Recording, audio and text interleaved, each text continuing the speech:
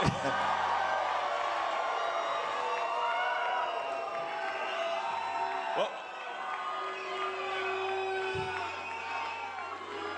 welcome.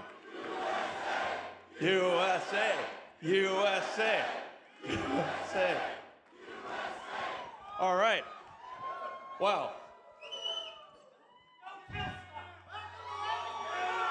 I love it. It's an honor to be here, talking to everyone here and everyone out there. Yeah.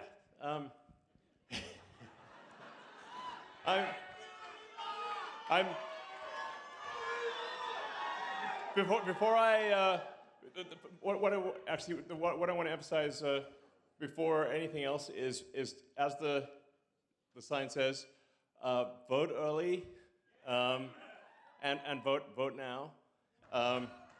So you can actually I looked at the numbers as of yesterday. There's still 40,000 absentee ballots that have been mailed out just in the surrounding counties, just in the nearby area, that have not been handed in. So if you have any friends, family, or anyone you know who has an absentee ballot, just hound them relentlessly until they hand it in. Because if they don't hand it in, then the vote doesn't count. It's pretty straightforward. So yeah, there's 40,000 absentee ballots that really need to be handed in just in this area. So please, talk to friends and family. Get a vote. The other thing is that anyone in Pennsylvania can go to the county office on Monday and Tuesday and request a ballot, and immediately there hand it in. So I think probably a lot of people are not aware that you can actually do this. You don't even need to mail it. It's like it's kind of weird because it's like called an absentee ballot, but you're like right there. You're clearly not absent. Can I have an absentee ballot? But you're here. Yes.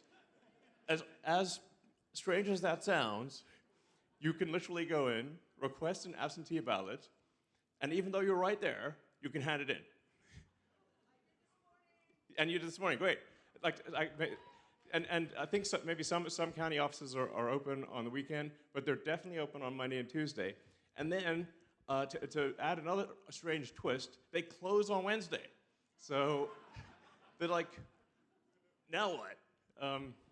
So you have until just Monday and Tuesday in Pennsylvania to go into the county office, request a ballot, and you can hand it in right there. It doesn't even need to go in the mail or anything. And that's the best way to do it. But you can use the mail, but you can just do it right in person. And then for some reason on Wednesday you cannot do it anymore until November 5th. So that's high urgency for Monday and Tuesday. Big deal. So.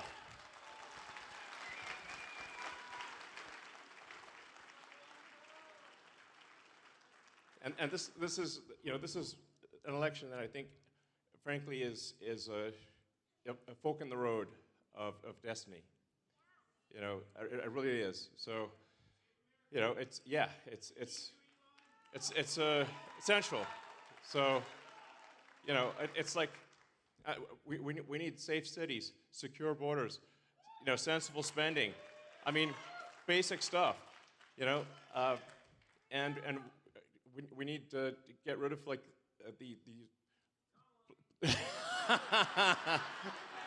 well, yeah, but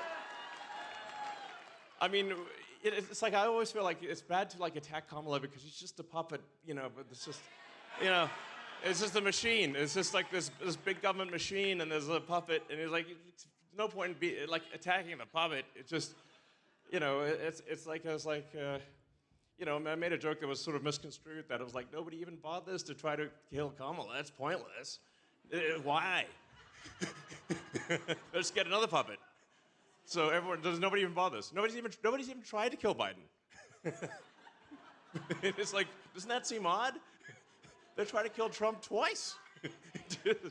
Yeah, exactly.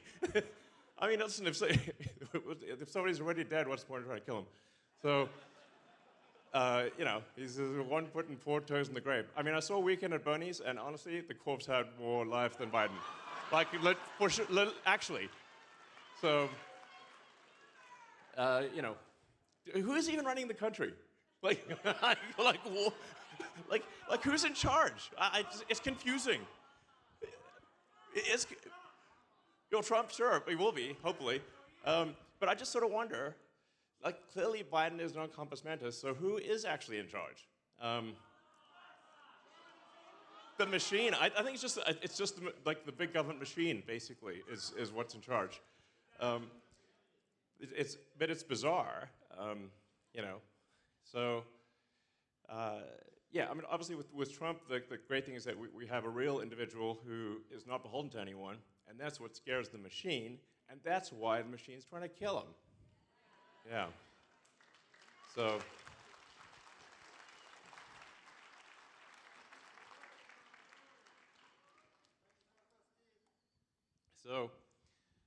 yeah. Wild times, man. Wild times. I mean, I've had quite a few friends call me and say, you should definitely improve your security. I'm like, that's probably a good idea. I'm like, they're definitely going to try to kill you. I'm like, yeah, that's a good chance. They might try to do that, yeah. Yeah, exactly. If they shoot, they better not miss. So I'll find out who was behind him, not just who the gunman was. But it is crazy to think that we have a presidential candidate that they've tried to kill twice in recent months, and they try to get him with lawfare six ways to Sunday to try to prevent people from actually voting in a democratic way. It's outrageous, really. What are they afraid of? Yeah, I think it's kind of the truth. I'd certainly encourage people, if people haven't seen the conversation between Joe Rogan and Donald Trump, that was super cool. I mean, I think for a lot of people, it's like, how do you understand somebody, like, and what they're about? Like the sort of far left press has been going on and on about how, like, Trump is like Hitler, like Mussolini and Stalin combined, and you roll them all into one, and he's somehow worse than all three of them combined. These are people who have killed tens of millions of people. I'm like, something's wrong with the press, guys. Something is wrong with the press. Journalism is dead. Like, what the heck is going on? It's bizarre. Yeah, actually, exactly. It's like,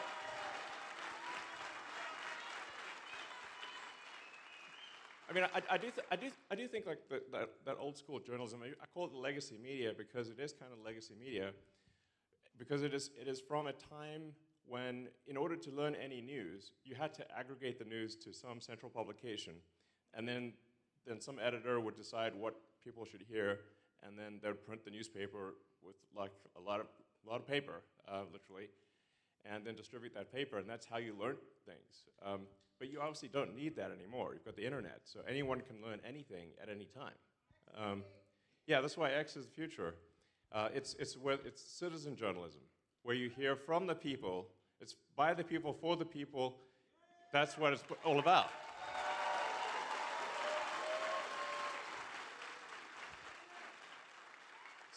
I think this is a super big deal, and it's absolutely fundamental and transformative that the people actually get to decide the news and what the narrative and what matters, and that the legacy media is basically controlled by a handful of editors-in-chief. That's it. They decide what's going to get published. That's why I really encourage everyone out there to write stuff on the X platform and other platforms too. But citizen journalism is the future. you know?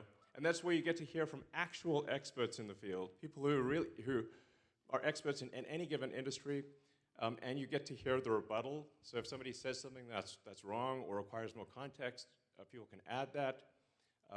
You know, X has got community notes, which is great. You know, so take community notes, I think is got a very good batting average. It's not perfect, but it's got a very good batting average. And I, you know, many times I've gotten requests like, can we get rid of this community note? I'm like, no, we cannot. Not even a community note on myself.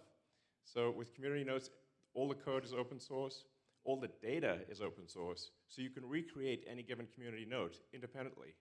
And that transparency is how you know that it's true, and it's real, and it's honest.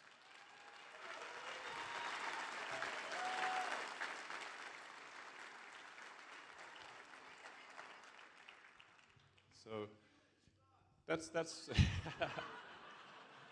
yeah. But I think we've got, you know, besides, man, the mic feedback's getting a little crazy. So maybe should I go further back or further forward? Well, there's an X on the floor. I'm guessing that's where I should stand. Okay. Yeah. All right. All right. Yeah. So. Yeah, the landing the rocket ship was pretty cool. That was an amazing thing. So,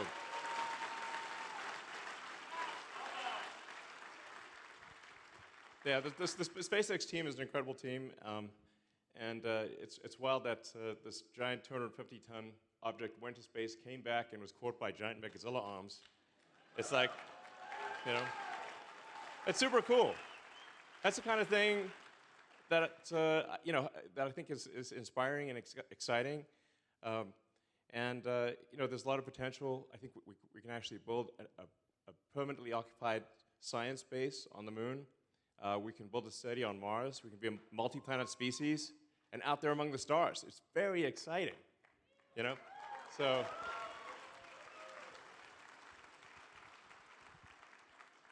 I'm wearing this jacket that was given to me by the Space Force. You know, it's got Star Trek Enterprise on it. You know, it's like Starfleet Academy. We want to make Starfleet Academy real, you know, and go out there and visit other star systems eventually and see if there are alien civilizations. Maybe there are alien civilizations that existed for millions of years, and we just find the, you know, the ruins of many long dead alien civilizations. I don't know. Well, they might be. But it'd be very interesting to see, you know, because, you know, at least according to physics, the universe is 13.8 billion years old, and Earth is about 4.5 billion years old. So even if you just increment the time counter by 1 million years, you have to go 3 digits past decimal place to go, bloop, 1 million years. And the oldest writing that we've discovered in archaeology is only 5,500 years old. That's nothing. That's 1/1,000,000th of Earth's existence. It was the first writing. And you really have to hand it to the ancient Sumerians, by the way. They got a lot of firsts, those ancient Sumerians. They're really knocking it out of the park, frankly. You know, we're just with the clay tablets and everything. It's thankfully they wrote in clay tablets, so it was quite helpful. I mean, they've even discovered like schoolwork, like where they teach the kids cuneiform on clay tablets, and then there's the teacher correcting the cuneiform in red ink. It's been going on for a while. So here we are, a mere 5,500-year-old civilization, just a baby, really, but with a lot of potential. I think we can go out there, we can make life multiplanetary, understand the universe, find out what's going on. Maybe the aliens will come visit us. Maybe they are here right now. I don't know. So, alien registration card. So, yeah, people do ask me, like, do I think aliens are among us? I'm like, I haven't seen any. Yeah, there's illegal aliens, but a lot of those. But not. I haven't seen any like sort of green aliens with antennas on their head or anything like that. Um, and maybe they are. They're just very subtle. But I haven't seen them. So, but I think we want to be we want to be the aliens exploring other galaxies. And I grew up watching Star Trek, and Star Wars was the first movie that I ever saw in a theater. And it obviously affected me a lot. And we just want to have these sort of glorious, amazing, I don't know, space future real, and have exciting, inspiring things that make you glad to wake up. When you wake up in the morning, you're glad to be alive. There have to be these things. Life cannot, yeah. So.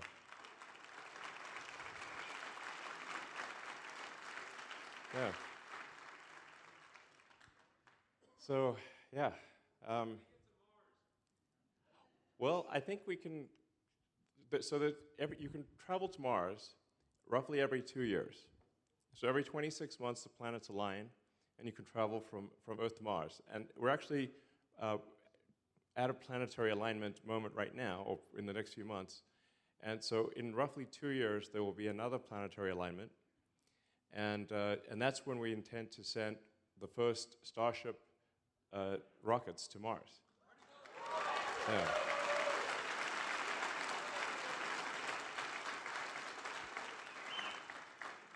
So I think we can probably send quite a few in 2 years.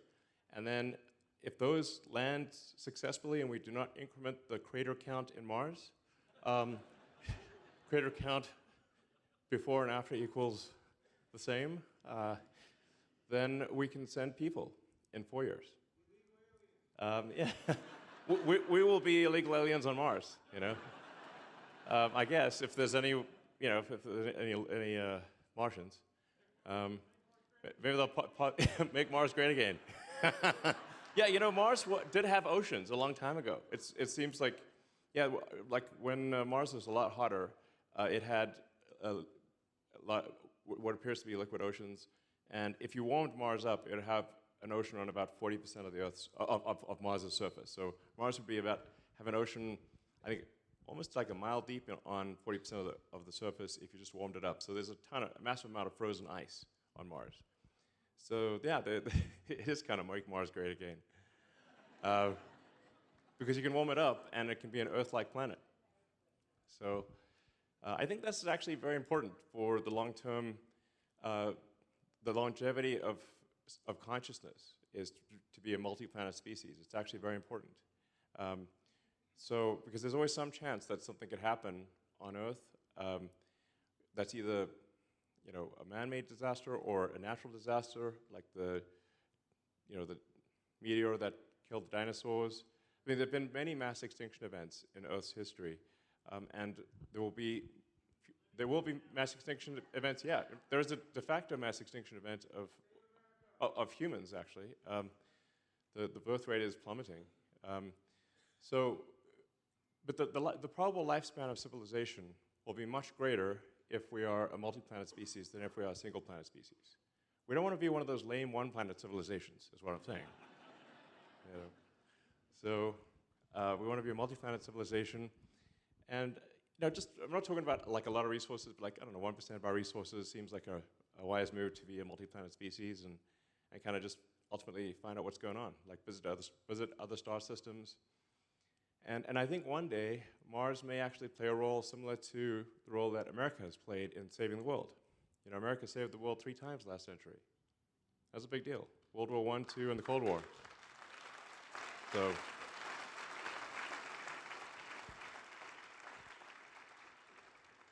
Earth would be very different if not for America saving the day 3 times last century.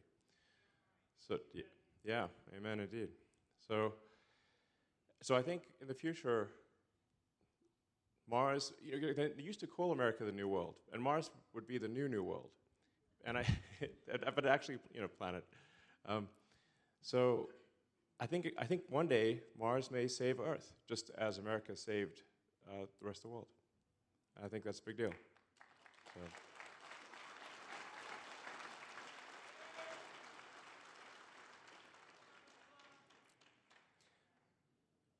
Yeah, as you can tell, I love space and rockets, in case that wasn't obvious.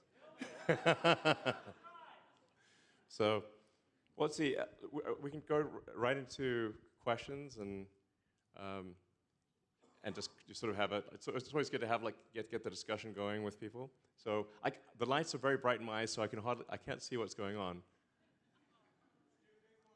There's two big lines. Okay, great. Well, let's see. How should we start? Okay, go ahead. Okay, sure. Hi, Elon. My name is Ashley, and I'm from Lancaster County. And I have a 7-year-old son named Daniel, and he made me promise that if I got to talk to you, I had to tell you that he thinks that the Cybertruck is the coolest thing that has ever been invented. So he owes me one now for telling you that. But my question centers around higher education. So I'm going to age myself a little bit, but 20 years ago when I graduated high school, I made the decision not to go to college and just to enter in the workforce. And it worked really well for me, but I did get a lot of slack from people that thought that that was kind of crazy.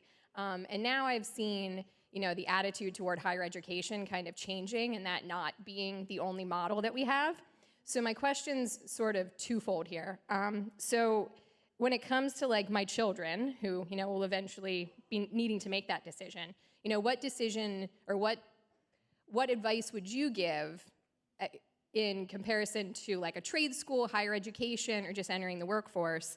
And from an employer standpoint, in 10 to 15 years, what do you think employers are going to be looking for from this next generation that will be entering the workforce? Sure. Well, I do think that probably too often people do a university or college thing for 4 years, and it's unnecessary. And then they accrue a lot of debt. And it's hard to pay off the debt, and they often don't learn skills that are very useful. So it's not, I think we should really reconsider whether going to college actually makes sense. I think it doesn't always. So, what I think, and people also forget, what's the point of going to school in general? You're supposed to learn useful things. You improve your understanding of the world and learn skills that can help you contribute to your fellow human beings. But very often, a university does the opposite, in fact. It will propagandize kids and not teach them anything useful, and just saddle them with a lot of debt. So I think, what really matters is, are you doing something useful to help your fellow human beings? Are you contributing more than you take? And if you are, that's a great thing. So now we are headed into a pretty wild future here with artificial intelligence and robotics. I think, especially if you look, say, 10 years from now or more, that we're going to have the world is going to look very different. I think it's 80% likely to be good, the glass is 80% full, and most likely we'll probably have a situation which is universal high income, actually, not universal basic income, but universal high income, and there will be no shortage of goods and services. That is what I think is most likely to occur. And we need to make sure that this AI and these robots are on the side of humanity, obviously. James Cameron made a couple movies about that. You got to watch what you program these robots to do. The example I've used a few times is, when Google Gemini came out, people asked, well, which one's worse, misgendering Caitlyn Jenner or global thermonuclear war? And it said, well, misgendering Caitlyn Jenner is worse. It's we've got a problem with this AI. And even Caitlyn Jenner said, yeah, you should definitely misgender me.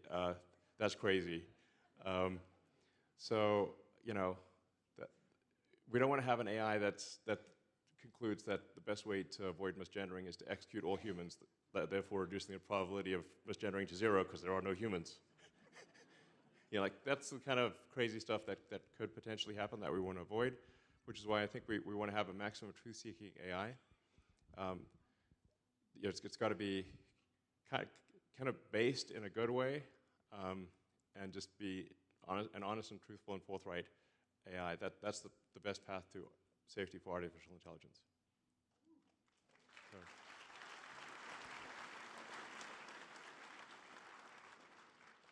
Hi, Elon. I'm Christine. I'm from Lancaster County. I want to extend a heartfelt welcome from all of us in Lancaster County.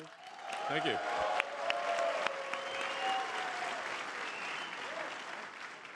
Thank you for all that you do. My question surrounds government and efficiency. What would be your plan to make government more efficient? Yeah. Well, so I think first of all, in terms of people sometimes ask, like, where would you start with government efficiency? And it's kind of like being in a room where the entire room is targets. And so you can shoot in any direction and not miss. It's like just impossible to miss because every direction is a target. So it's no missed possibility. Now, we do have a fundamental issue, which is that the government is spending far more than it brings in. And the reality is that all government spending is actually taxation. All government spending is taxation. Sometimes people think some of it is taxation and some of it's not, but it's all taxation because the part that is not covered by tax revenue becomes inflation.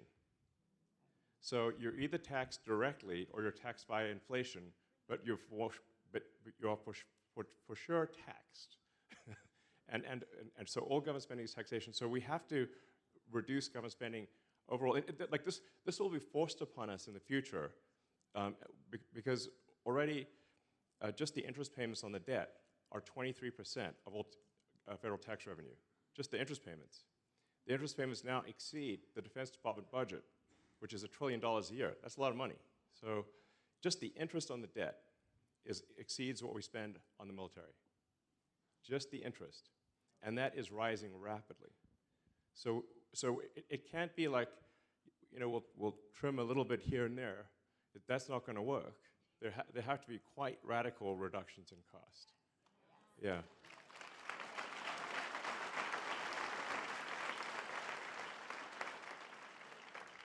And I think we just need to be, if, please Lord, Trump wins, and the Department of Government Efficiency happens, we're going to be very open and transparent and be very clear about this is what we're doing. Here are the issues. This is the math for what's being spent and what and we're going to make it. We're going to make the spending lower, and if somebody's got a better idea for how to make the spending lower, tell us. But if we don't, we're going to bankrupt the country, and so we got to do something, and it's got to be like some pretty big moves. Drain the swamp. Yeah, I'd say like drain the swamps. There's so many swamps. It's like there's so many swamps. Yeah. I mean, it's just nutty that there was a massive increase in IRS personnel, and instead of adding people to the Border Patrol, this is totally backwards. It's like you can continue to remain a federal employee, but you have to go guard the border. That's your new job. It's like why are we spending money and applying resources to oppress the American people while rolling out a red carpet for illegals? It doesn't make any sense. So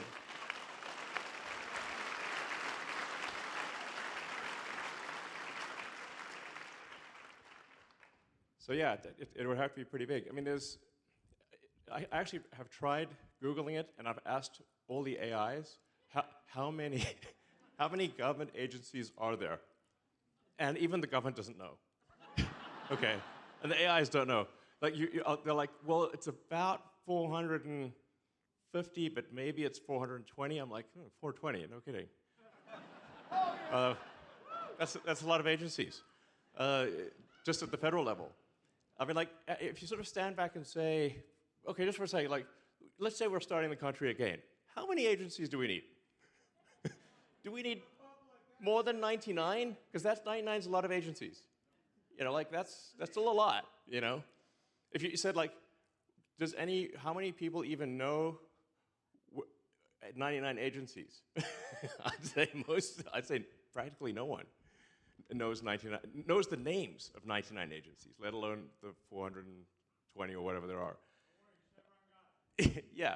So we have to unwind the situation, and I think we're going to do it, and it's going to unleash a new era of prosperity, because people don't even realize how much they're getting held back by millions of federal regulations. Millions, literally. So.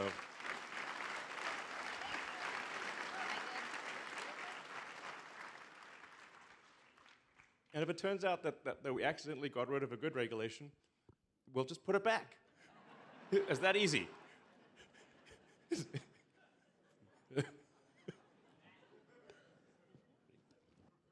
Hey, Elon. I'm Dan from Pennsylvania as well.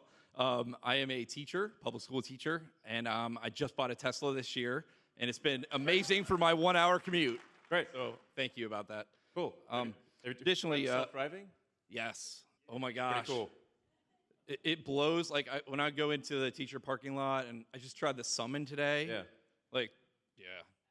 Everybody's jaws hit the floor. Yeah. It's wild. Yeah. So, Republicans need to get out the vote, and as the mail-in balloting becomes more common, what can I tell my friends about the safety and security of mail-in ballots? Yeah. This election and future elections, and then real quick also. Sure. My daughter is 2. Her name is Isabella. She loves the planets and loves astronomy already. And I want to know what I can, as a teacher, do to help inspire her curiosity for the heavens, the stars. Sure. Well, let's see. With respect to voting integrity, I think probably the best thing to do is to hand it in person. But you can also mail it in, and you can check to see whether your ballot has been received. So it is possible to check online or in person to see if your ballot has been received. But I would encourage people to vote early, because what can happen is that, you know, November 5th comes around, and there's like, you got something critical at work, or there's like a family emergency, or, you know, there's, yeah, some mysterious cybersecurity event that you never know might happen. So, you know, anything can crop up on November 5th, whether it's personal or some, you know, there could be some other issue. So it is best to vote early.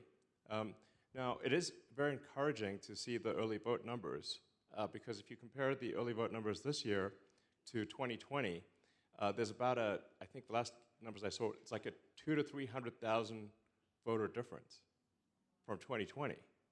That's that's major. Because I think it was like an 80,000 vote threshold last time. So Biden won-ish by 80,000 votes. That was the number that was reported. But the interesting thing is that the delta for early votes is now 200, I think, maybe approaching 250 or even 300,000 better than 2020, which is far in excess of the margin of 2020. So Pennsylvania is trending in the right direction. It's very encouraging.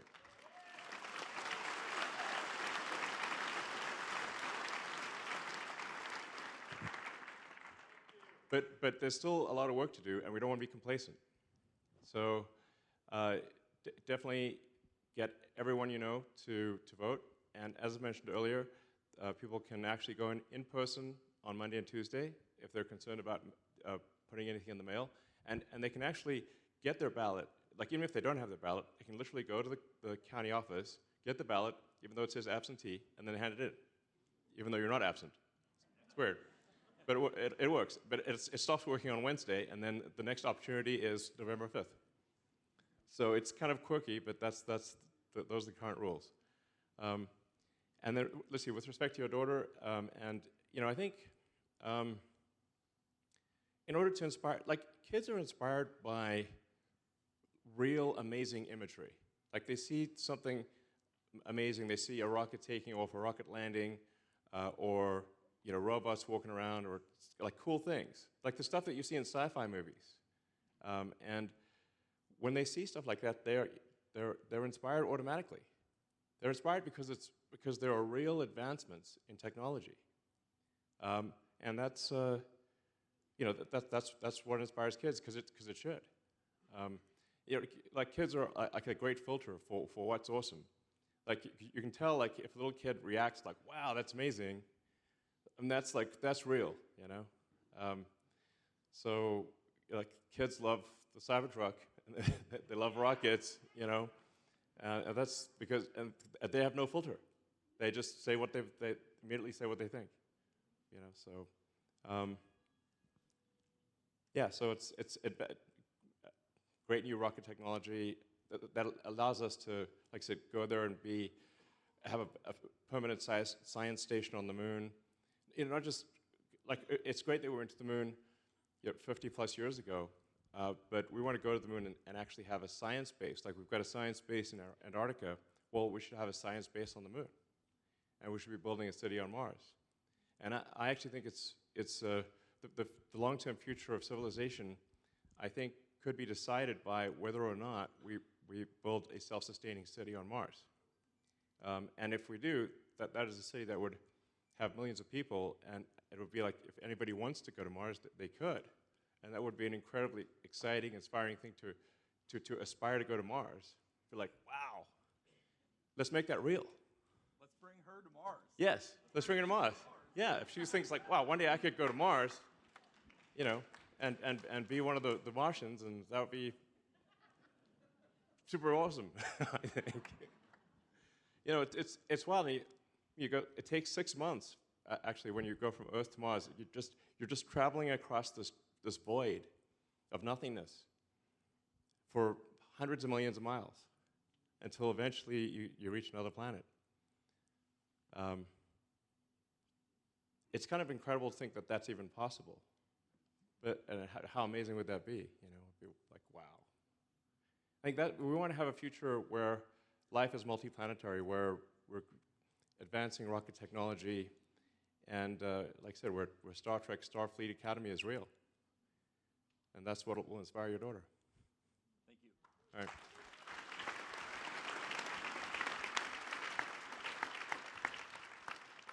Hi, Elon. My name is Lauren from Pennsylvania. Thank you for being here. Thank you for everything you're doing, and congratulations with SpaceX. You and your whole team are absolutely brilliant.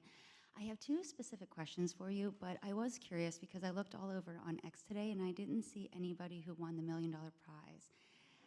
Oh, yes. That given out today? Well, let's see. We are going to give it out tonight, in fact. So should we go ahead and do it? Yeah. Okay, let's do it. Good timing. All right.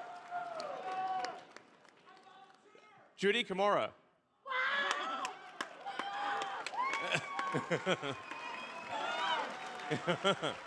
Yeah.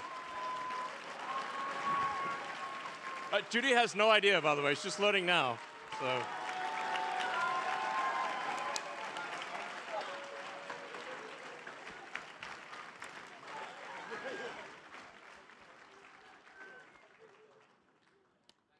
I think Judy's on her way here. Like I said, Judy had learned when you learned. All right. Oh, thank you.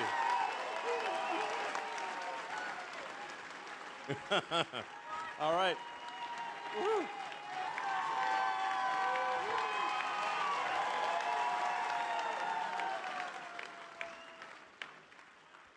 I mean, we're trying to get attention for this very important petition to support the Constitution, and it's like if we we need the right to free speech, we need the right to bear arms. Otherwise, there is no right to free speech, and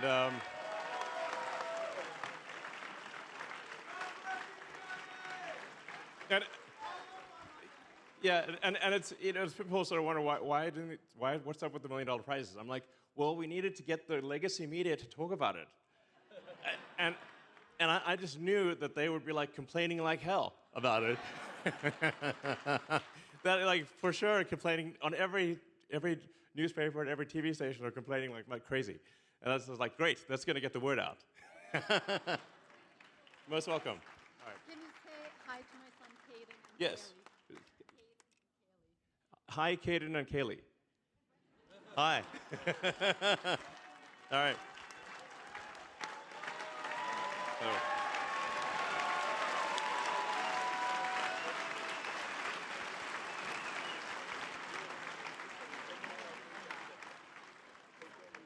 So yeah, so we're going to be giving out $1 million every day through November 5th. And all you have to do is sign the petition in support of the First and Second Amendment. That's it. You don't even have to vote. It would be nice if you voted, but you don't have to. And that to support basically sign something you already believe in, and you get a chance to win $1 million every day from now through the election. Yeah.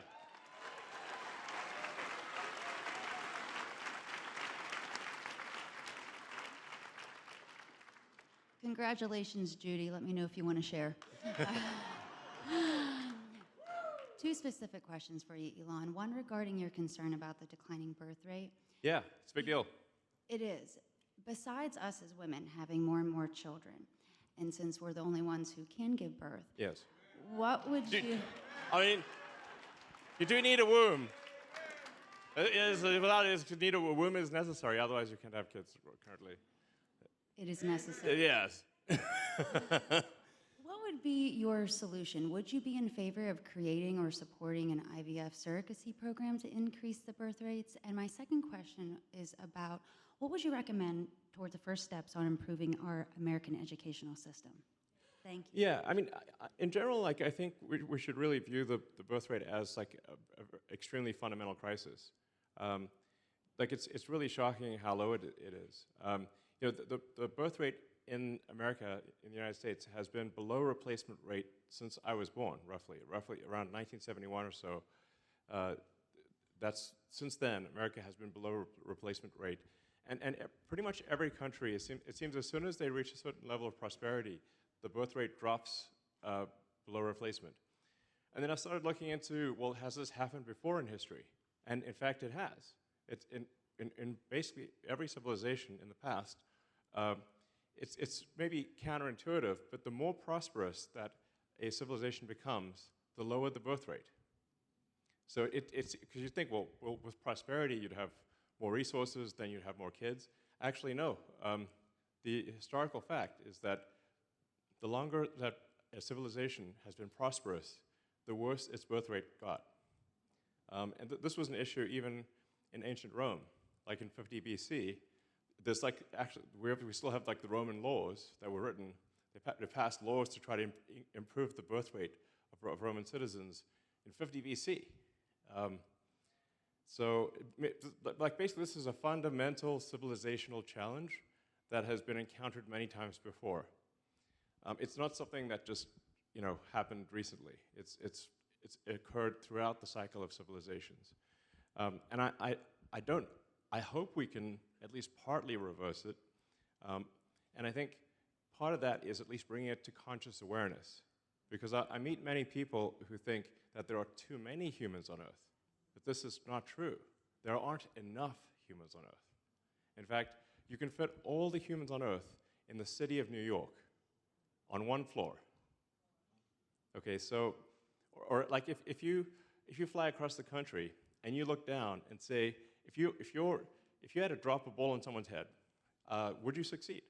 And you would not, because the density of people is very low. There are actually very few people on Earth. It's only if you live in a very dense city environment that it seems that there are many people, that Earth is densely populated. But it is only densely populated in like 0.1% of the surface area. So I at least want to bring it to conscious awareness so people don't think that Earth is overpopulated, when in fact, Earth is underpopulated. That is the truth. Yeah, well, Bill Gates and I are not best friends, to say the least. So, I don't know. He is, I think you can arguably say, like, look, that maybe the real distinction is not right or left, but is someone an expansionist or an extinctionist? So he has some issues. This is true. But like if you say like any given civilization, it's not going to be exactly steady. So it's like so any given civilization is either going to be growing or declining, and so you have to say you can kind of divide any person's actions into are they expansionist or extinctionist. And I mean, obviously, I'm super expansionist oriented because I think that's a far more exciting future than going extinct. You know, sounds obvious when you say it like that. So it's just, but I still run into a lot of people who think the Earth is overpopulated. So I'm like kind of hammering this point. We're not overpopulated, we're underpopulated.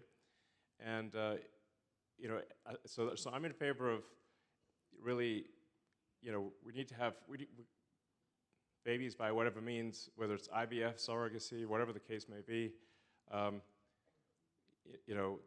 That can certainly help. But we just can't go extinct. Like humans need to, I think humanity is great, and we should get bigger.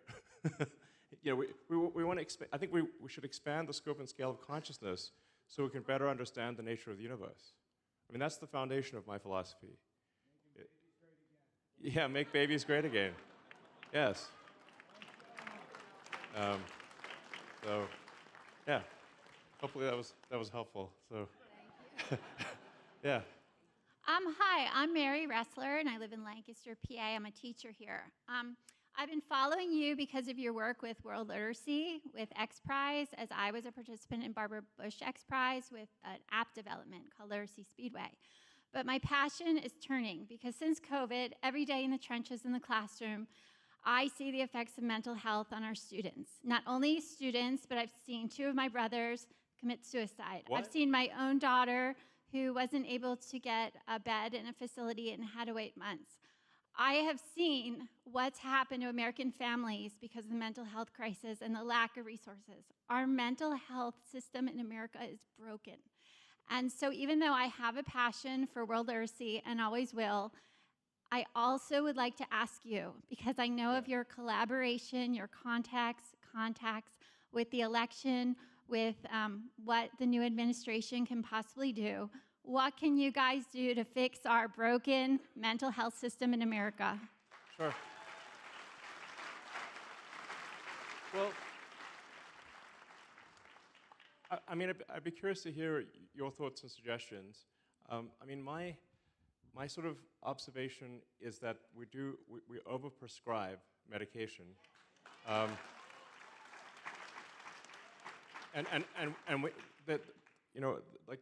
there's a lot of regulation. In fact, too much regulation about getting any given medication approved. But then after it's approved, there's no follow-up to see, hey, did we make a mistake? And then you get things that are approved, and they just go hog wild, and it's causing a lot of damage. But there's not really a good revocation capability. So it doesn't make sense. Like there are good drugs that are not being approved, and there are bad drugs that have been approved. This is a broken system. We need to fix it. I think very often when somebody has committed suicide, or if they've essentially if something as bad has happened, like what were they prescribed? That is an important thing. Do you have any thoughts on this? I do have thoughts on it. I feel like in the brick and mortar school, in the educational setting, not only do the states, because I know it's education is state dictated, even though there's national Common Core curriculum, that there needs to be mental health services embedded into every school at this juncture. There also needs to be facilities in every state, not a 6-month wait to see a psychiatrist, as in Pennsylvania at times, or 12 months to get a bed in a mental facility. The asylums, unfortunately, weren't the fix years ago in America because they were horrible. But when they were taken away, authority went to the states, federal money was taken away, and now you have outpatient services, and there's a lack of prescribers, there's a lack of counselors, There's a need for more. And every day, our prison system right now is housing half almost, and I could give you the data they're not there because they're criminals. They're there because they have mental health issues, and it needs fixed. Okay. Are there any particular medications you think should be pulled from the market or added to the market? I believe that every child, when they're diagnosed with a mental health condition, should have, there is a test for it. There's some kind of tongue test that can dictate which medications will work and won't work for you. However, you have to ask as a parent for that test. And I can guarantee from my experience in this with parents working in the school district or just from friends and other associates, most people aren't even aware of it because it's not paid for insurance. And most Americans can't afford it. So when things aren't covered under your insurance, they're not given, like a doctor isn't going to prescribe that is done. So you have to have the self-awareness and knowledge to go and have that testing done. And most people, unfortunately, just don't know it even exists. Okay, all right. Well, I think this is definitely and it's something that we need to figure out better. There's clearly, I agree with you that there's a mental health issue, and I think we need to look at like what drugs actually work and what are the side effects, and some of them I think some of them are pretty sketch, frankly. That some of the drugs that are prescribed. Some of the stories I've heard about some of the psychiatric meds from people are pretty bad. Like it's like the reason they wanted, in some cases, the reason they wanted to commit suicide is when they took the drugs, not when they didn't take the drugs. You know. People do need to believe in something. So, I think they're probably a nature abhors a vacuum. So if there is, there's certainly a strong argument that the decline in religion has led to people seeking a new religion, essentially a secular religion. So that is, wokeism is essentially a secular religion, but it's believed very fervently. So, yeah. False preachers. Yeah. Yeah. It's a strong argument for church. I agree. So.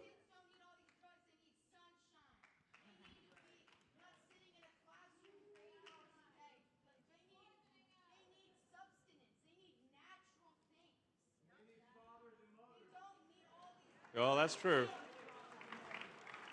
All right. Well, let's see. So. Hi. Hi. Good evening. My name is Janelle. It's nice to meet you. Nice to meet you. I wanted to actually first thank you, and probably behalf on everyone here, to thank you for creating the PAC and the referral opportunity. I think everyone here is grateful. I saw it as a way to support 2 amendments that I actually care about and don't want to see go away. And secondly, I saw it as a way that if I could refer my friends, family, and everyone that I could go, I could earn some extra money. Yeah. My husband and I are actually self-funding our own fertility journey. I've got some unexplained infertility.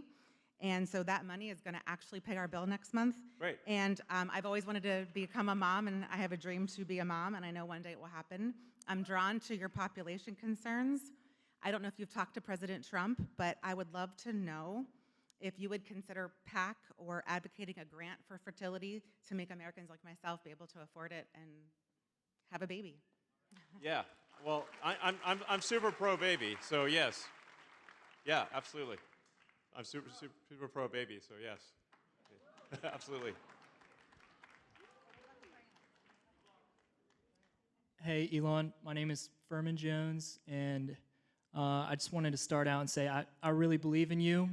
Thank you. And I know everybody in here believes in you for one reason or another. And I'm super thankful to even get to ask you a question.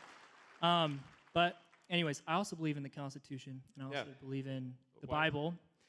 And that's what I'm going to ask you about. Sure. The Bible says that nobody's perfect, and there's no perfect form of government on this earth because greed is inevitable. It's like Churchill says that democracy is the worst form of government except for all the other types. Right. But the one government that the Bible does say is perfect is the kingdom of God. And Isaiah 33:22 says, "The Lord is our judge, the Lord is our king, and the Lord is our lawmaker." Yeah. So I feel like so much of your worldview aligns with biblical principles. And we need Christians to vote and see that that communism is the greatest manifestation of evil and greed. And so, yeah, that's my question. How do we get Christians to vote? And if you have time, what keeps you from believing in the Bible or being more vocal about it? So, Yeah, well, it is interesting that actually I was told that a surprisingly small percentage of evangelicals, of people that are really strong believers, it's quite a small percentage that votes. I thought, and I hope. Yeah, well, this is what I was told anyway. But I certainly hope more people, more Christians vote. That would be great. Please do. Yeah, I mean, I was brought up Christian and went to actually somewhat strangely went to Sunday school, and also I was sent to a Hebrew preschool. I'm not Jewish, but I don't know. It's just still, I think it was in the neighborhood or something, So I was like, hop in a Gila one day, Jesus is our Lord the next. And I was like, great. I certainly, I believe in the teachings of Christ. I believe, that he's I believe in the Christian principles. Love thy neighbor. I believe in turn the other cheek, which is very important to have forgiveness. Because if you don't have forgiveness, then you have an endless cycle of retribution. I used to think, why would you turn the other cheek? That's ridiculous. Just punch him. I think you do need to actually be strong. You can't be weak, because if you're facing sort of a predatory threat, and that threat is stronger than you, and that threat doesn't believe in Christian values, then you will just get executed. I mean, I don't know, but at a certain point, once you are strong, you should forgive the transgressions of others. And this is obviously not something they believe in the Middle East, which is why there's this endless cycle of violence. So I really think that, we should love thy neighbor, and we should forgive, and we should be kind and gentle. So, yeah. I believe in what Jesus. I believe in what Jesus said. Yeah. So. Yeah. Hello, Elon Musk. My name is Grant Noggle. Hi, family. It's really, really good to meet you. My first question was, do you have an answer to life, the universe, and everything? Well, the classic answer is 42. Uh-huh.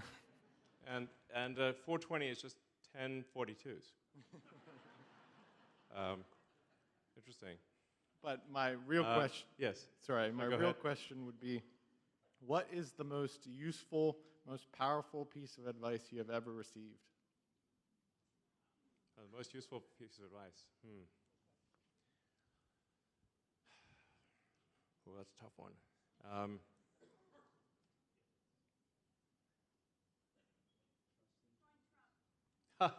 Yes, indeed. Vote Republican. It's yeah.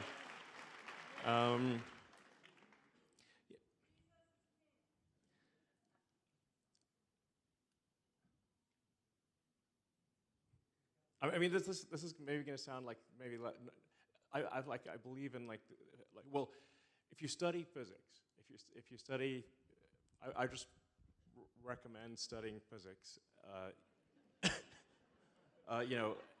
the tools of physics, of the sort of the thinking tools, that it's not just a bunch of, what matters is not remembering a bunch of formulas. What matters is the thinking process that led to the discovery of those formulas. It's sort of critical thinking, first principles analysis, trying to understand what is true at a most fundamental level, and then reasoning up from there and testing your conclusions against the most fundamental truths in any given arena. This is how you can figure out whether something is more likely to be true or not. And I think it's good to think in terms of probabilities. So you receive information about a subject, that should change the probability of your conclusion, but not the certainty of your conclusion. Like, so in physics teaches you that you should not be 100% certain about any given prediction. Now there's some things that are highly likely, but physics teaches you've got to assign a probability to something being true, and then as you learn more information, your original conclusion may be wrong, and then you should then change your mind based on the new information. I mean, you can think of intelligence kind of as just how good is I think probably the right metric for intelligence is the ability to predict the future. If you can predict the future well, then you're as intelligent as you can predict the future well. Because if somebody claims, well, this person or this AI is very intelligent, like, well, how good are its predictions? And if its predictions are not very good, it's not that smart. So that's I think the key nature of intelligence. And if you're trying to decide what to do in the future, it is really, it comes down to predicting the future. And to predict the future, you have to think critically about the past. And constantly try to be less wrong. So maybe that would be right up there in terms of best advice. Aspire to be less wrong.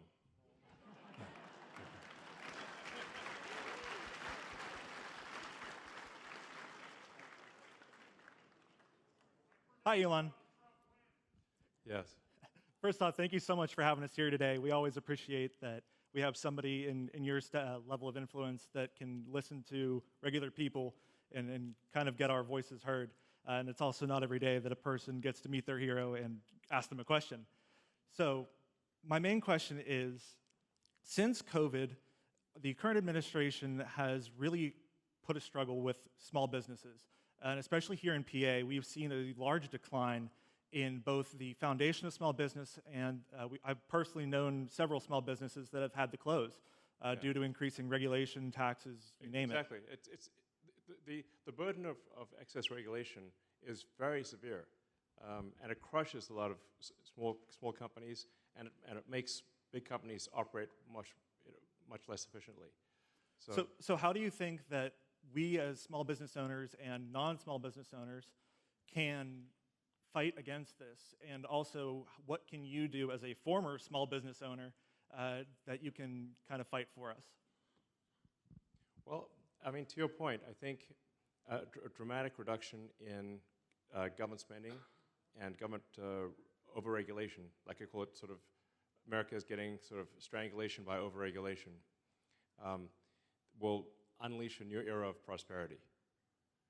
Just allow people to do useful and productive things and don't make it a 2-year permitting nightmare, which it often is. And then burden small businesses with taxes that make them go bankrupt. So,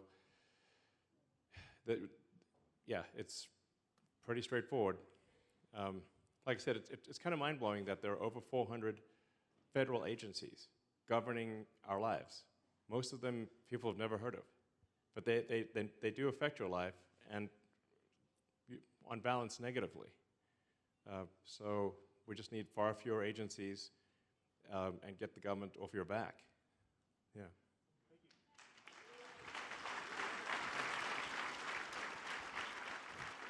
Hi, my name is Mark from Lancaster. Thank you for your time. I'm sure it's the most valuable thing you can give to any organization, so thank you. Time is the true currency. Thank you, sir. So my question is, my wife's a naturalized U.S. citizen. She's registered to vote. I banked my vote already. I was just wondering if you'd be willing to talk about, I mean, we did it the right way. We took years and money, and we got her naturalized the right way. If you'd be willing to talk about your experience at all with immigration, and also, other than a secure border, how you see fixing that system. Yeah, well, since your wife has gone through the process of becoming a citizen and getting a green card, you've seen how absurdly slow and arduous it is. So, I mean, I think the general principle that makes sense is the same principle that you'd operate a professional sports team on or a company, which is like, who would you want on your team? And if somebody's going to be productive and honest and a net contributor, and they'd be a great addition to the team, welcome aboard. And it should be not a long process, because they'll produce more than they consume. They'll make everyone's lives better. And so we have this bizarre situation, which is like mind-blowing, that it is easier to get into this country as a murderer than as a Nobel laureate. Literally. That's not an exaggeration. Which is like, what? You know, it's like, I mean, it's like if you have the opportunity to say have like, you know, LeBron James or Steph Curry on your team, and you'd be like, yeah, that would make total sense. Our team's going to win. They'll make the whole team better, you know. So we want to actually, we need to have things be what they should, which is that legal immigration of honest, hardworking, talented people is quick and easy, and coming into the country illegally is hard. That's how it should be.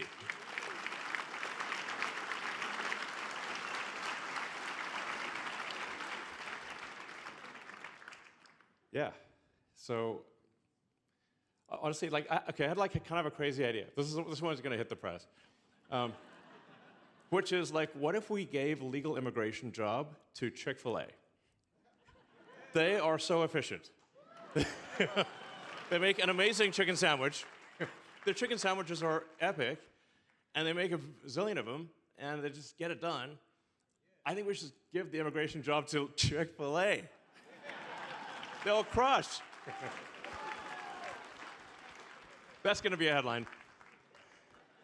Hello, Mr. Musk. But honestly, it would be great. Hello, Mr. Musk. It's an honor to meet you. So my question is this, and I ask this as a first-time voter. As we know, Trump did not and has not accepted the results of the 2020 election, one which has been called the most secure in the nation's history by the former president's own Department of Homeland Security. Similarly, I saw the violent disruption of the electoral vote count on the news during January 6th. And I ask this as a first-time voter who wants to discern the truth. Sure.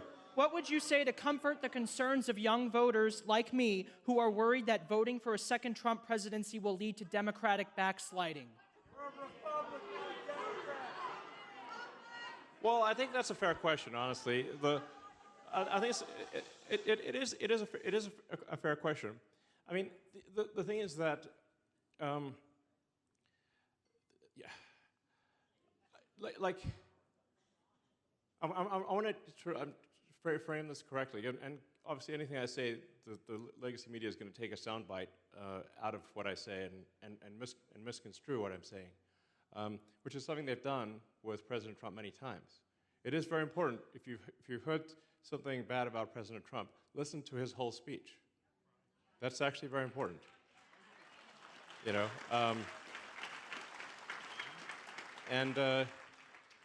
you know, on January 6th, I mean, his statements on that day, he told people to back down. I mean, he said, do not do violence. And then people were like saying, well, that's actually some sort of dog whistle about doing violence. I'm like, what are you supposed to say? You know, he did actually tell people to not be violent. He recommended that the National Guard be deployed. Nancy Pelosi said no. So, He didn't call for any violence, exactly. And if you look at, while it obviously, I think it was, like the level of disruption was high, and I don't applaud any kind of damage to public property, of course. But it's, the media tries to characterize January 6th as some sort of violent insurrection, which is simply not the case. I mean, that is false.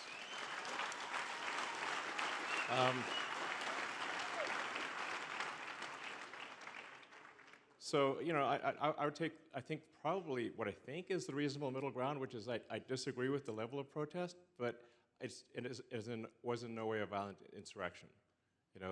So that there's got to be a lot of guns for it to be a violent insurrection, and there were a lot of strange things in terms of voting irregularities that are hard to explain. So,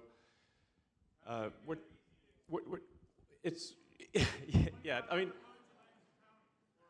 there were things that are statistically unlikely. Let me put it that way. And so, it's not as though the January 6th protesters their protests had no merit. They had some merit. I disagree with the magnitude of what they did, but but it's not as though there were no issues. There were issues, and we have this weird situation in America where it is almost impossible to prove fraud, because if you've got no voter ID and mail-in ballots, how do you prove fraud? And it does seem more than a little odd that we don't have voter ID. And then you look at, say, states like California, which is supermajority Democrat, they passed a law banning voter ID in any election whatsoever. Now, how is that supporting democracy? That's not supporting democracy.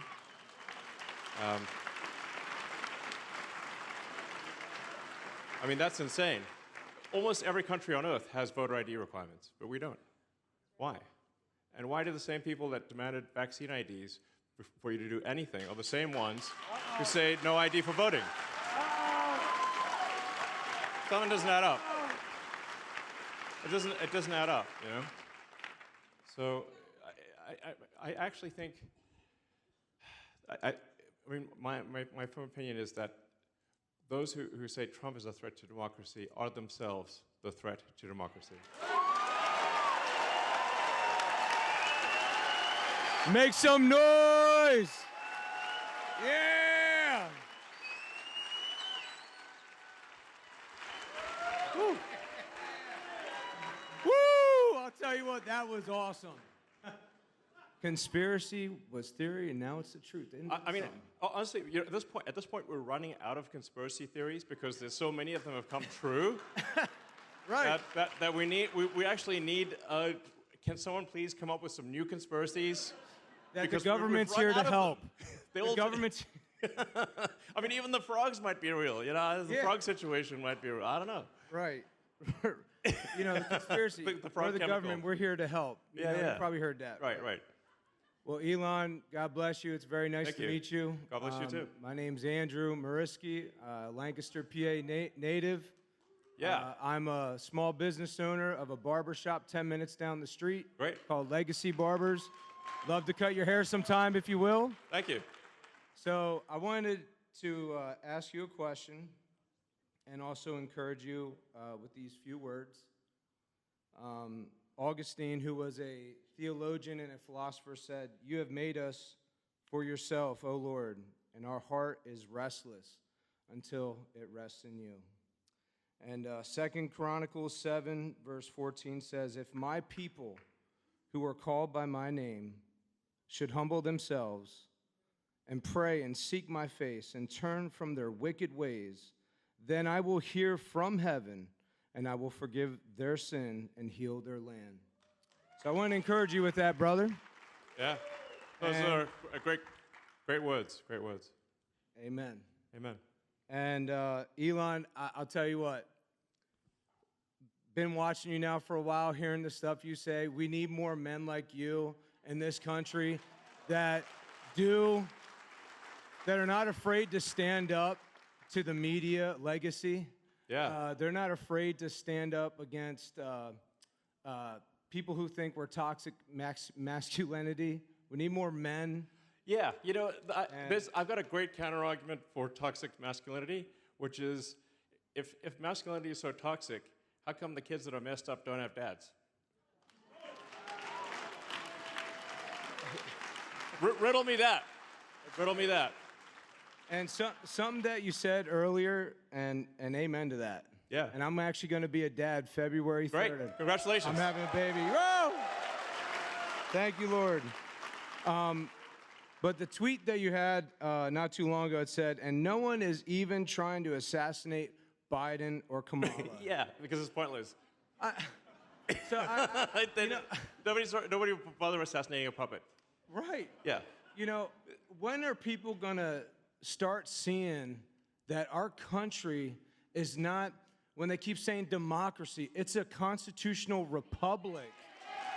Would you please make sure, if you don't mind, to keep reminding people that we are a republic. We're free. We're free because of Christ Jesus, and we're free because of the men and women who died and shed blood for this country. That's absolutely, yes. Amen, brother. Yeah. Yeah. You're right. I mean, a lot of people died to make this country what it is today. A lot of people died. Absolutely, amen. And, man, people take it for granted, So, yeah. Well, America PAC is kind of the anti-Soros PAC, Something's got to be done about it. So, it's like, I don't know what's up with that guy, but honestly, like putting DAs in, it's like the Joker's in charge, Yeah. Like electing DAs that don't prosecute crime is insane. That's like literally like Batman Dark Knight. I mean, like, lock up the citizens and free the criminals. It's insane. It's happening. Yeah. I mean, like, what? This is total madness. So we need to stop that. Yeah. So. Make America great again. Yeah. Well, I think America is great, but we want to be greater. And we want to do awesome things. We want to do, and you want to look forward to the future and be inspired and excited about the future. That's what makes life worth living. Another thing. Yeah. So. All right. Have you ever looked into the sport of arm wrestling? Oh yeah, arm wrestling. I have looked at, not in depth, but I have looked into it, and for a while there, I did actually read up on it, and actually various techniques for how to win at arm wrestling, which is like a lot of it is get your angles to get your whole body into it and get your angles, so you can actually if you know the techniques in arm wrestling and somebody doesn't, you can actually win against somebody much bigger. Yeah. Well, yeah, no. No, I mean, I would challenge Biden, but that would be ridiculous. That'd be so unfair. So. Thank you. He can use two. What if he uses his two hands? Yeah, that'd be fine. He probably will. Yeah. Make arm wrestling great again. Yeah, make arm wrestling great again. Absolutely. God bless. Thank you. God bless. All right. Hi, Elon. My name is Molly. I just want to thank you for spending so much time in Pennsylvania. I think what you're doing is amazing, and it's making a real impact. So God bless you. Thank you. And I think God you're a bless you national too. treasure. Thank you.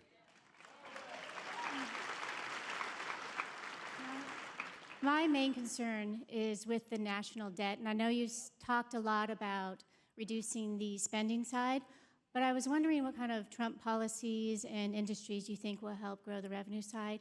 And along those lines, do you have any plans to bring more Tesla manufacturing back to the U.S.? Well, Tesla actually is a massive manufacturer in the U.S. In fact, the biggest factory that's been built in recent years is the Tesla factory in Texas. So that's Yeah, and then there's another big factory in Nevada. There's Giga Nevada, and Giga Texas, and maybe someday Giga Pennsylvania. So that would be super cool. I'm a huge believer in manufacturing. I love manufacturing. I like making things. I've spent a lot of time in the factory, walking the floor. I lived in the factory for a while. Literally lived in the factory. It was kind of like Vegas, actually, because I didn't even see the outside. But the lights were always on. We had some tough times at Tesla. It's really difficult to make any kind of manufacturing company work.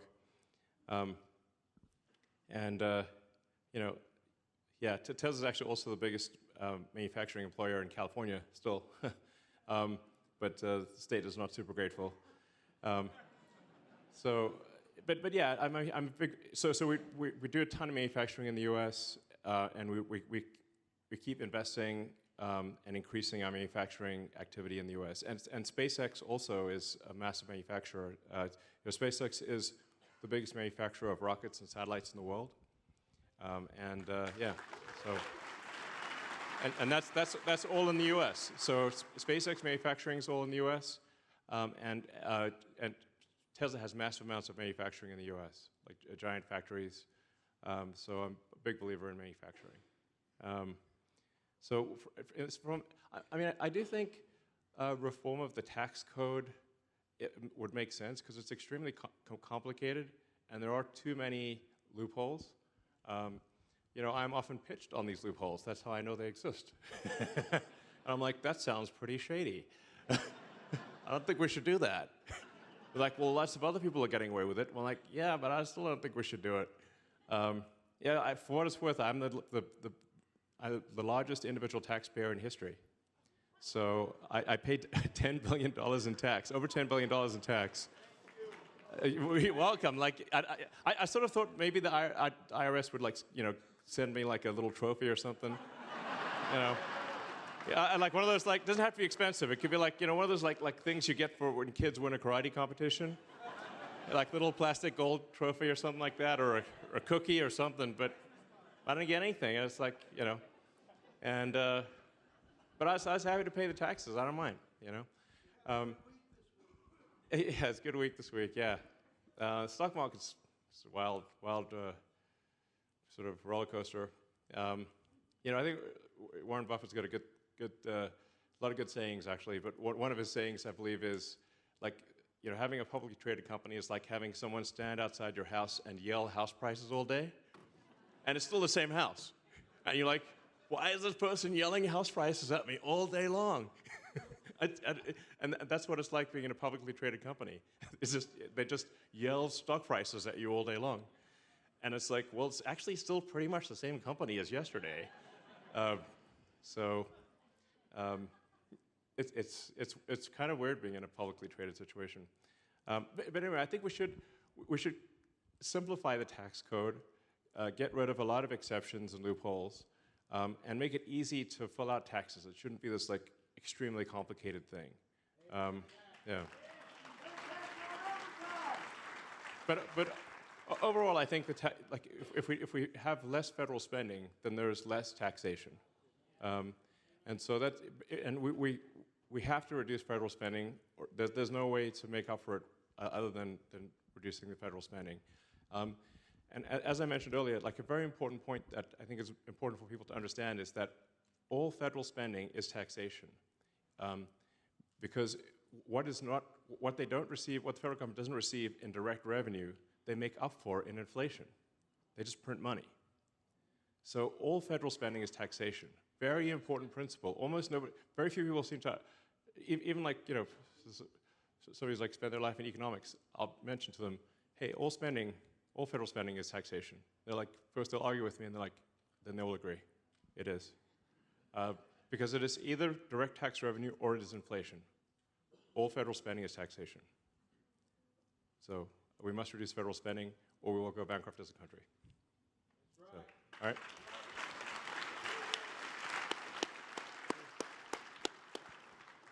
Hey, Elon. I'm Chadwick from Westchester, Pennsylvania. I met you last week at Harrisburg, and since then I've been prouder than ever to wear my MAGA hat around. Cool. You've really inspired me to wear it more and more. Right. And since then I've had my car slashed with a key, which Really? is fine. Yeah, it's fine. Trump got hit with a bullet in the air, and look at him, he's doing good. So, yeah, somebody chased me around with a shopping cart one time too as well. But yeah, that happens. That's a part of Westchester, PA. Well, honestly, yeah. I mean, at this point, it's like flying the rebel flag, man. Yeah. You know. Yeah, for real. MAGA. It's an adventure. Yeah, I've had some people get mad at me. Like big time. I do have a question this time, though. I met somebody on X. I do podcasting, and I met somebody on X directly through the platform. I would call him a friend. His name is Derek, and he has something called Spina Bifida. Yeah. It is Spina Bifida Month right now, so Spina Bifida Awareness Month. I wanted to put the awareness out there is that it's a spinal. He's born with some spinal kind of like issues, and he's never been able to walk. And Really? Never? Wow. I guess not. According from what I learned, and he hasn't been able to walk like his whole life. So my question is, like, for the disabled community and for people like him, will things like Neuralink help? And also, what will the Trump administration be doing for people who are disabled to help them? Anything? Well, yeah. So I think there actually are a lot of things that, like medical devices and drugs that could be approved that are sort of stuck in regulatory molasses. Like they're just, it's like trying to get anything new approved is like running in molasses with lead shoes. It's really slow. A good friend of mine was telling me how his mom was diagnosed with brain cancer, and the doctor said, like, well, that's pretty much it's game over, And then he talked to, but he's a very enterprising guy, so he didn't take that for an answer. And he asked every smart person he knew, is there anything that could help cure brain cancer? It turns out there's this drug called Wellirig that was in trials at Harvard, I believe, and it cured his mom's brain cancer. So, I'm like, well, like how many Wellirigs are there out there? Maybe there's a whole bunch of them. And devices and everything, and we should, like I said earlier, it's like we need to expedite approval of drugs, make sure people, that people are properly informed of the pros and the cons, and then there also needs to be some after approval follow-up to say, like, was something approved that shouldn't have been approved, or whether there need to be additional warnings. It's pretty common. It's common sense, I think. But like when you're dealing with the government, like, common sense doesn't make sense. Like, common sense just bounces off the government like water off a duck's back, I mean, it's like arguing with the DMV. It's impossible. They put that COVID vaccine in quick, though. They did put the COVID vaccine in quick. Yeah, that was weird. And they made everyone take it, which is messed up. So I don't think people should be forced to take vaccine unless that against their will.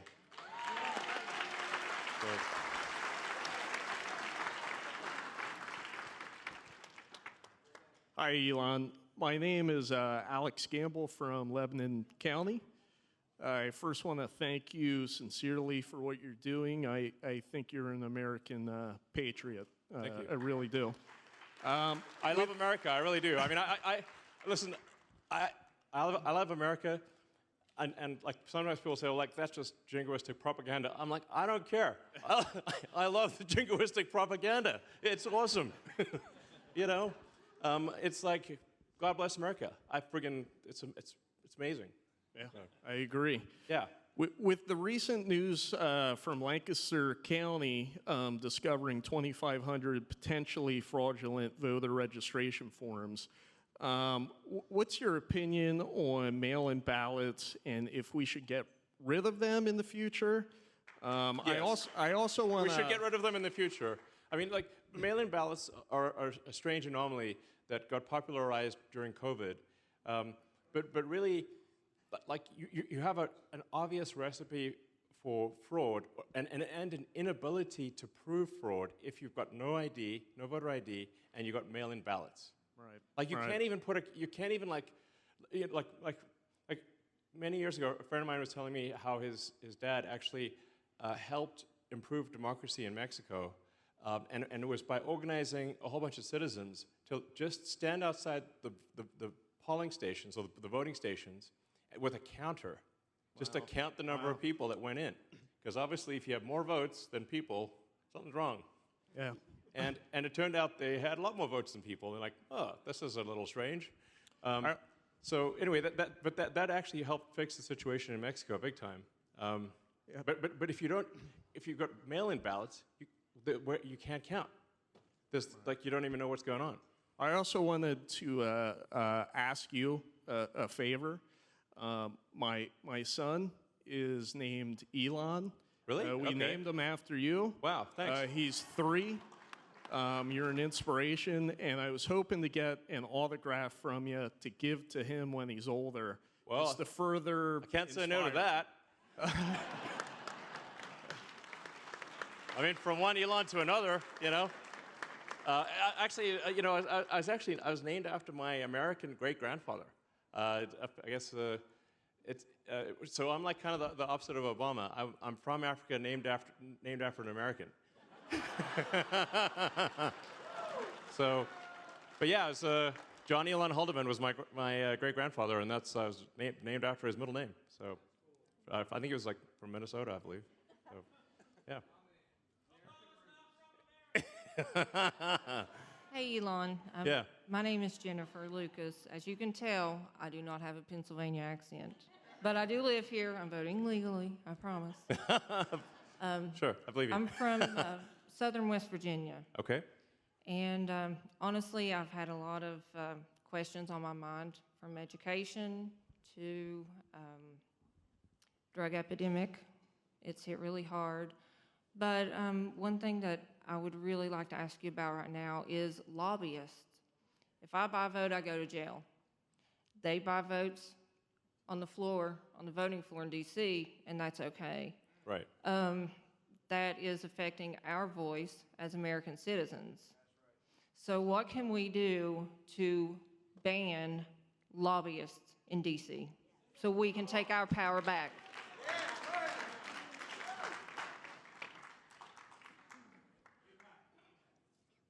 APAC?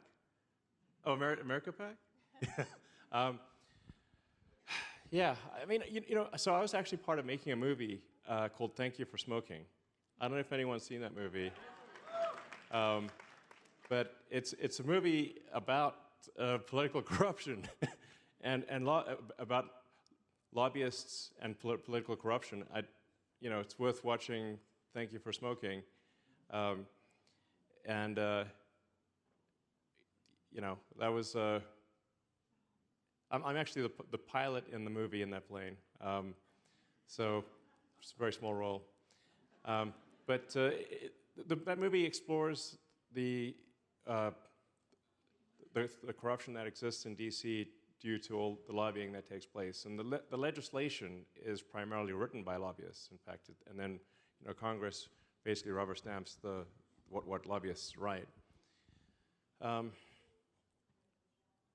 think we probably do need to take a look at what rules make sense, because obviously the point of the elected legislators is to legislate in the interest of the people. Right. And so if there's legislation happening, which is often the case, that is not in the interest of the people, something's wrong. So, and you do get these like regulatory capture situations where the companies in an industry end up controlling the regulators and preventing new entrants from coming into a market, making it difficult, you know, for new companies to come in.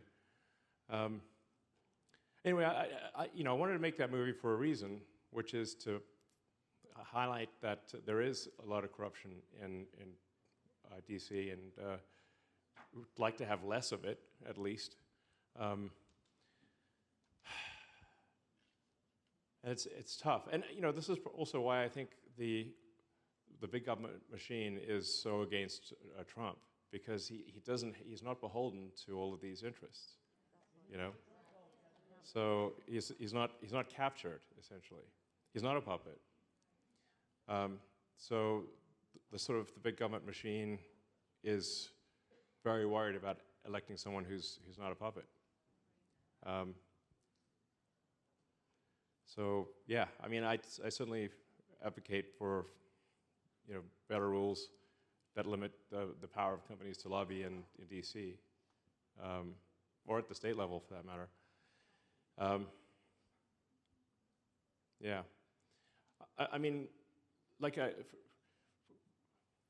for Mars, like people sometimes ask me, like, well, what kind of system of governance do I think makes sense for Mars? And I'm like, well, that's going to be up to the Martians, But I would recommend direct democracy, not representative democracy, where the people vote directly. In the past, before you had like the internet and electronics, you had to have representative democracy because you had to, just like with the legacy media, you had to collect people's opinion by mail or literally by voice or by letters, written with a quill on, and a scroll type of thing, like slow. So you had to have representative democracy. You couldn't have direct democracy. But my recommendation for Mars would be that the people vote directly for anything, and that any given piece of legislation must be short enough to understand.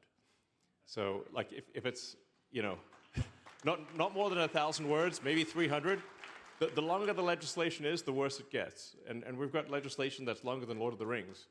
And, like, nobody's read it, And really quick, I just wanted to say thank you for everything that you're doing.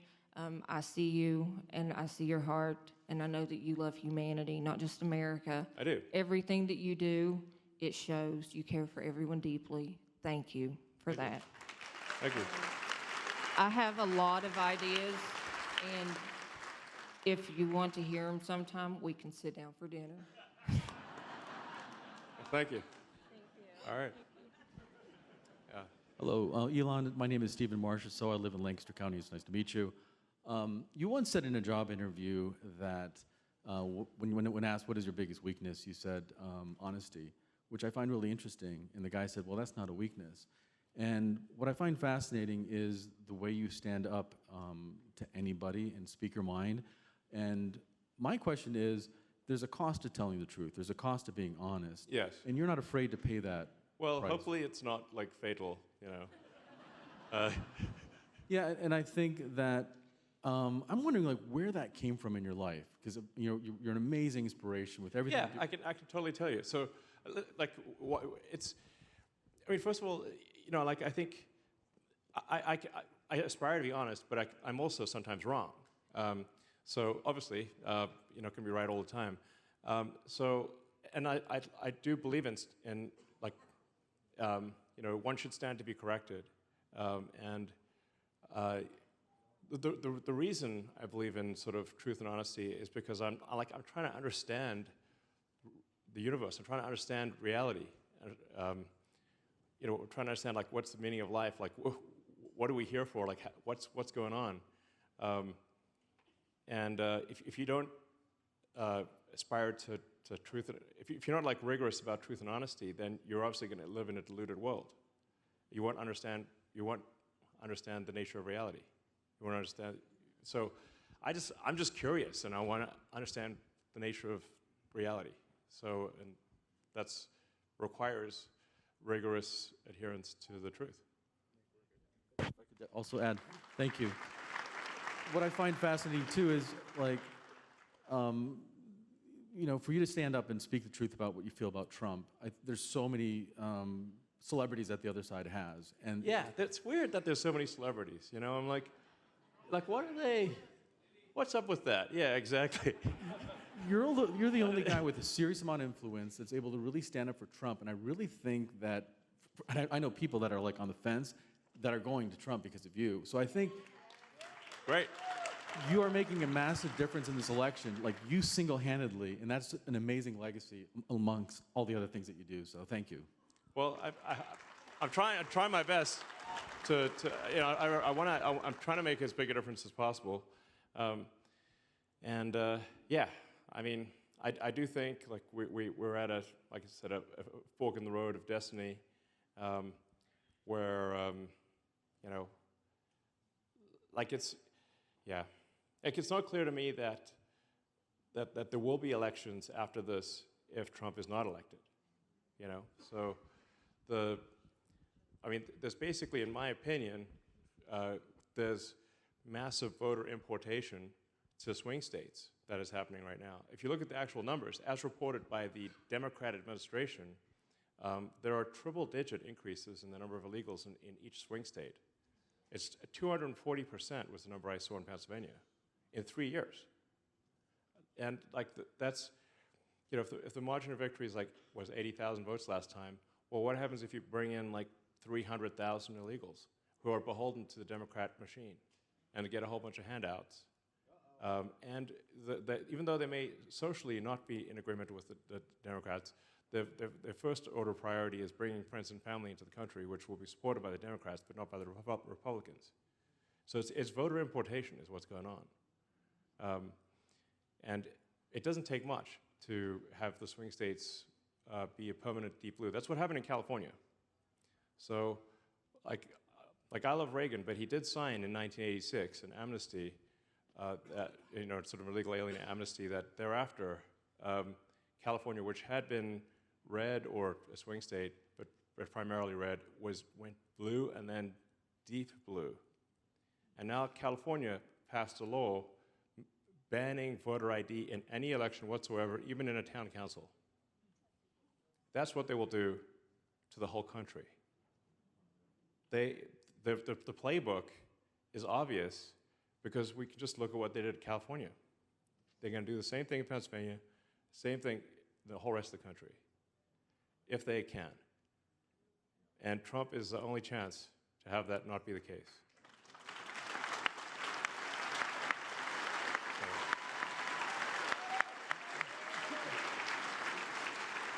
And I'll tell you, it's even because people are like, I think it's going to be worse in California because the one thing that keeps California from being even more crazy than it currently is that people can move to other states and still be in America. But what if you can't move to any other states? It's going to be way worse in California. So it's profound. What's your favorite baseball team? Yankees. Well, sorry, okay, listen. I like the name, okay? It's a great name.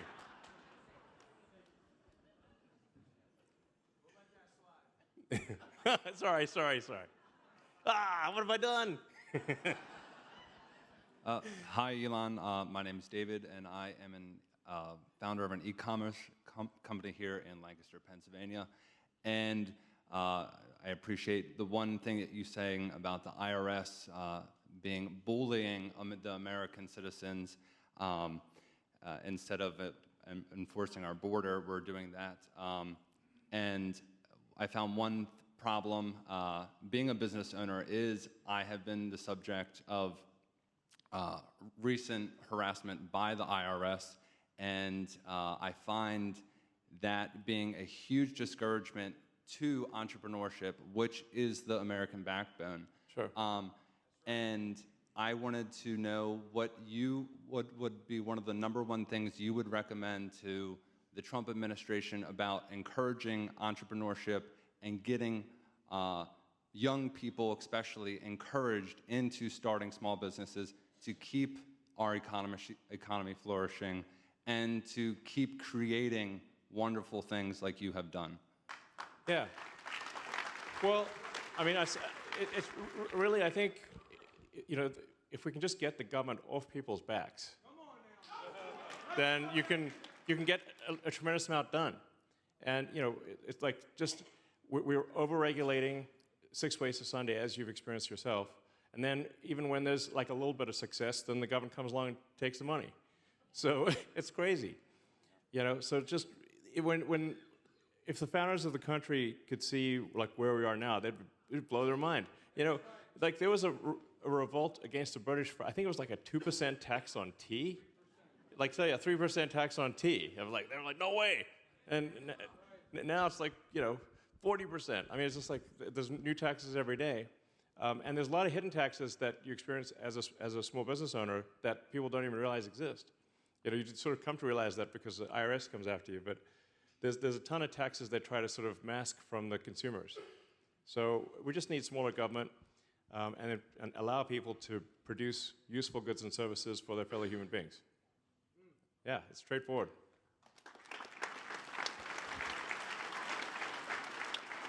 Hi, Elon. My name is Will King. It's nice to meet you. Welcome to Lancaster. Thank you. I'm a young mechanical engineer. I'm excited to work on new problems. One of my dreams would be to work for one of your companies, so we'll see where that goes. But the question I have is, what are your thoughts on tariffs, and how do you see tariffs impacting consumer spending or increasing inflation?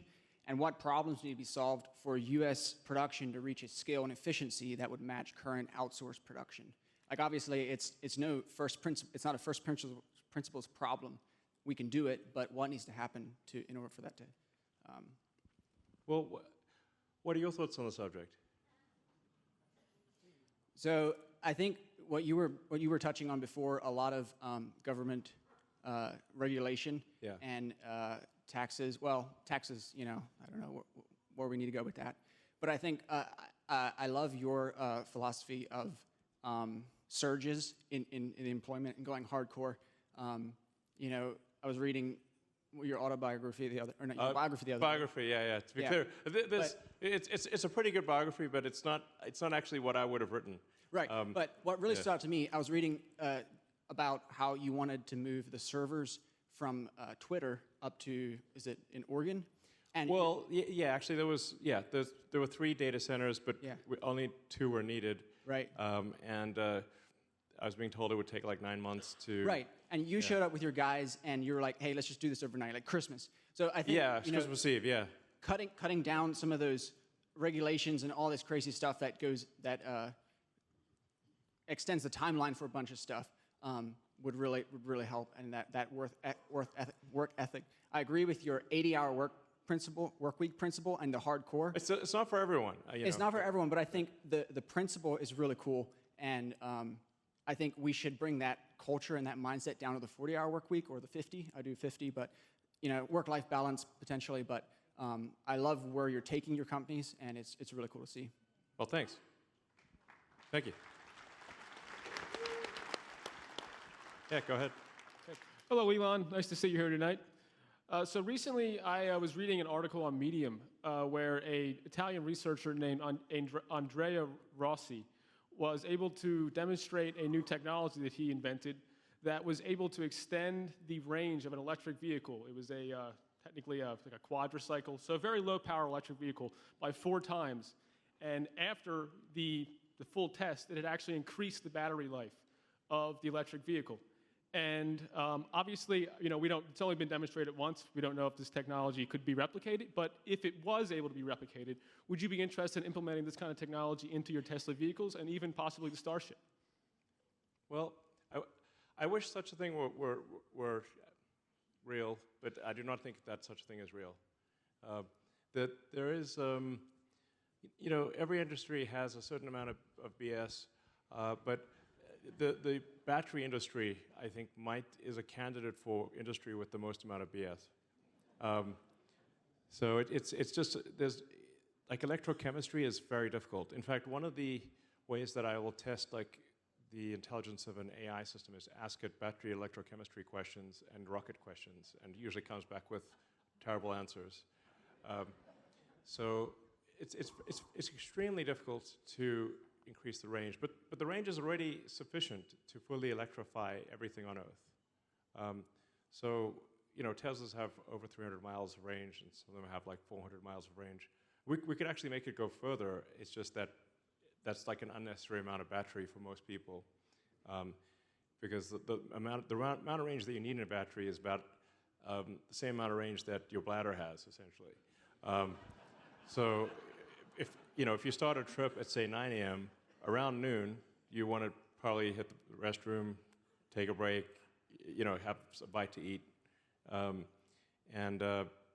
you drive for 3 hours, maybe 4 hours, and then charge the car. As long as the car is charged by the time you come back from the bathroom and had lunch or whatever, then long distance trips are no problem. So we're already there at this point, So, yeah, but there is no magical breakthrough. Would you also be willing, if other technologies are discovered over the next few years into the near future, would you also be willing to, that theoretically could revolutionize electrical vehicles, space travel, exotic propulsion, exotic energy generation techniques? Are you interested in researching those and potentially funding them and contributing to this kind of research? I do think there is a lot of technology out there that is not really mainstream, that it has potential. Although it's in a very infantile stage, I think there is potential. I mean, not only, both Tesla and SpaceX are desperately interested in anything that works. We're not like barring the door. We're like, please, if you got something that works, tell us about it. Unfortunately, it's rarely the case that it actually works, is the issue. For a while there, Tesla, I guess we maybe still do, like we'd rate any given, proposed new technology out of 10, where 10 is incredible, and 1 is total nonsense, and really nothing got above a 4. So it's just very difficult to do. But and I would encourage anyone to say, prove me wrong. Please do that. I would like to be proven wrong. That would be awesome. Yeah, but just compete with Tesla. That sounds like a great. If there's some technology that has much greater range, I would strongly recommend they just kick our ass. Yeah. Elon, do you believe that Jesus, the Christ, is a real person who was crucified and died and is risen, and that God is Jesus?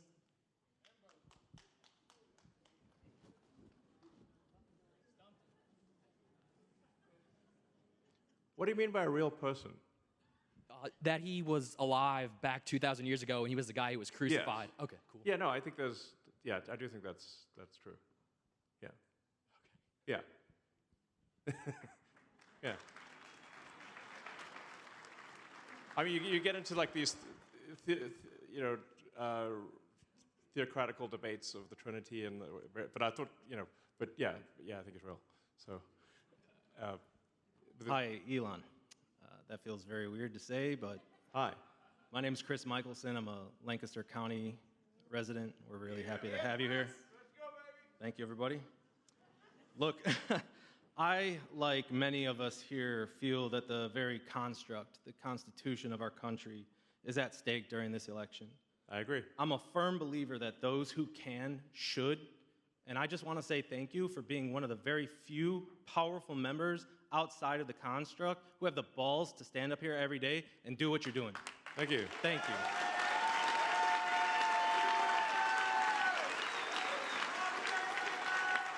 Thanks. All right, there's a macho man's here. Look, President Trump has announced that he will appoint you as the head of the Efficiency Commission, right? Right.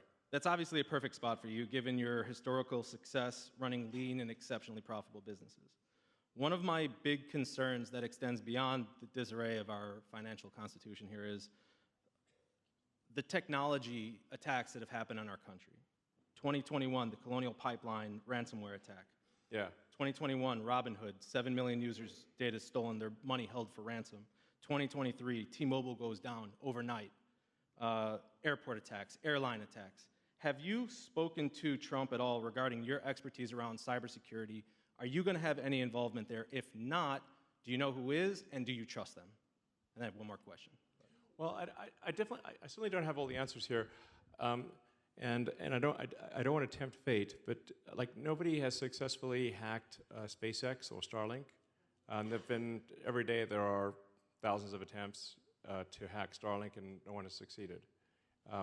Again, I don't want to tempt fate here, so this is not a tempt. I'm not saying to hacker groups out there, please hack Starlink. Like, please don't hack Starlink. But thus far, there have been many attempts by individuals and state actors to hack into Starlink, and none of them have been successful. So, track record thus far is pretty good. No one has successfully hacked into. Yeah, so far so good. don't want to be complacent or anything. No one has hacked into the Tesla mothership, like the Tesla core database. Many people have tried to hack into the Tesla core database. Zero successes. Yeah, I can certainly say, like, now government computers are not super secure because it's the government, you know? So it's like if you say, like, what is an easy thing to hack? I say, well, government computers are an easy thing to hack. So it's not good. No, I agree.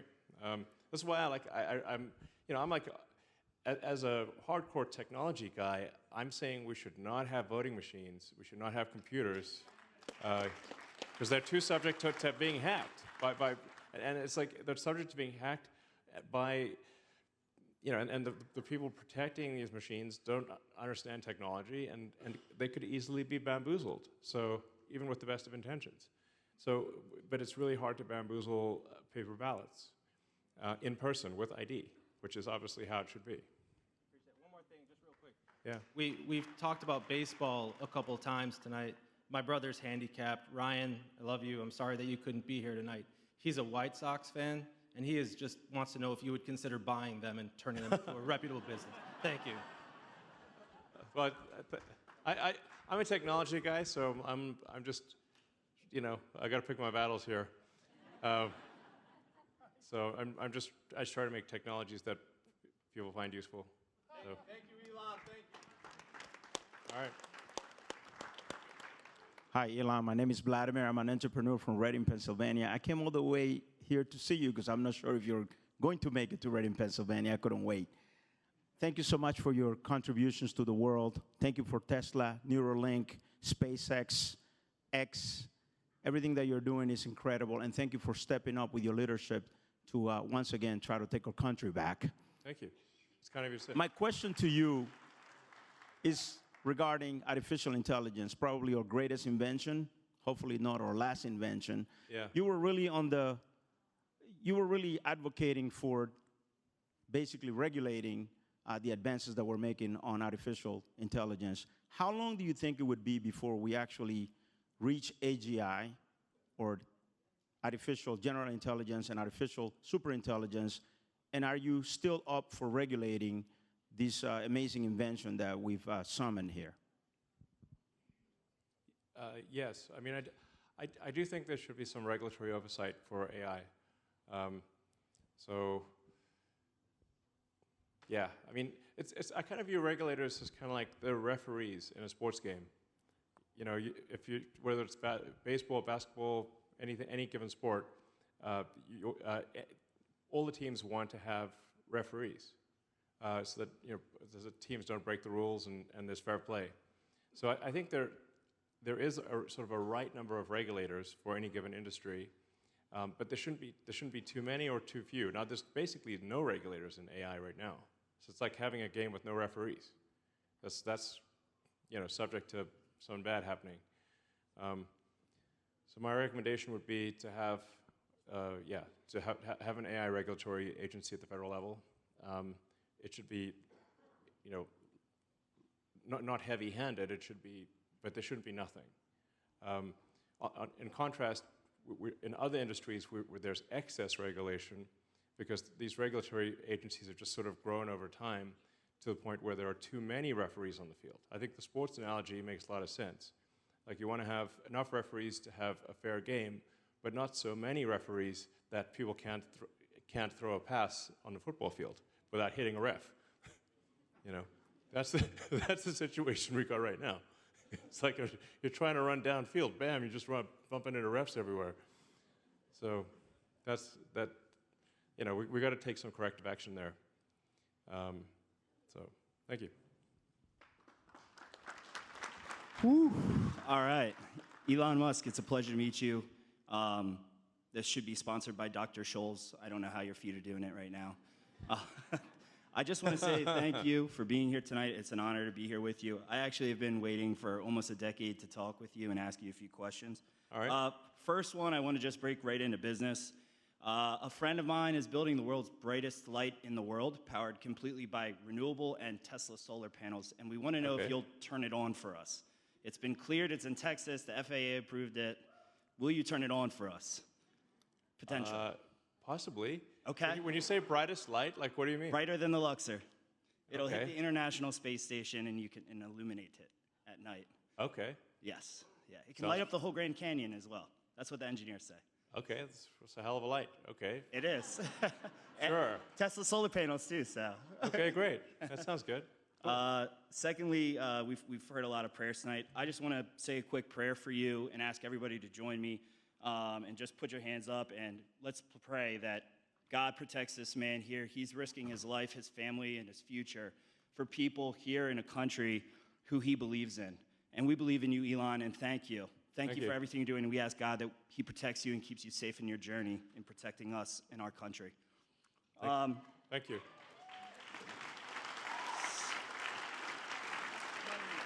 Okay, so my real question is, you've done a ton of things. You've literally enabled mankind to live amongst the stars. Well, not yet, but we're almost. We're getting there. Yes, and Yeah. I want to nerd out with you all day on this. The NASA has been, touted that the fuel of the stars is hydrogen. I know.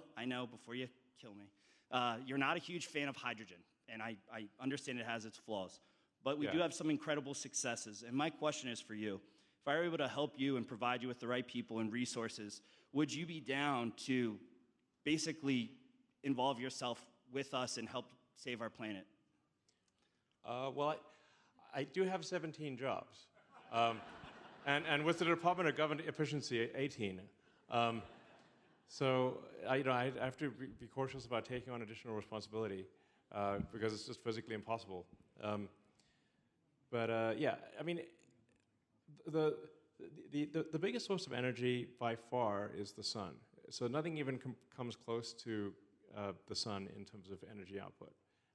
The sun converts over 4 million tons of mass to energy per second, and it's been doing that for a very long time, and will do that for many, many billions of years to come. So one of the ways you can think of the progress of any given civilization is on the Kardashev scale. And so just a simple way of thinking about it is you're Kardashev level 1 if you've harnessed all the power of a planet. You're 2 if you've harnessed all the power of a solar system. And you're 3 if you've harnessed the power of a galaxy. We're very far from 3, it's safe to say, but even from 1. So when you think in Kardashev terms, it becomes very obvious that the sun is overwhelmingly the source of energy, and everything else is tiny potatoes. Tiny, tiny, tiny potatoes. But hey, tiny potatoes are fine for now, but the sun is overwhelmingly the big potato, the humongous potato. So it's really harnessing the power of the sun that will lead us to the stars. Hi, Elon. Dave from Lancaster County. First, thank you so much for all the insight this evening and thought-provoking conversation. 2 questions. One, with slightly more than 9 days until the election, what would you recommend as a 30-second pitch to convince somebody not to believe what they're seeing on CBS, NBC, and ABC? Oh, I've got a great solution for that, which is send them links to videos and information on the X platform. So if they say that, Trump loves Nazis, for example, like, well, actually, here's the whole speech where he categorically condemns Nazis. And yet the Democrats keep claiming that he loves Nazis, even though he specifically said he condemns them in the strongest possible terms. They still perpetuate the fine people hoax. Yes. It's pretty insane. So for any given thing that somebody says, well, Trump is this or that, just send them the actual speech. That's the antidote. Send them what he actually said. Thank you. And then the second part. X platform actually has that. So, that's the best way.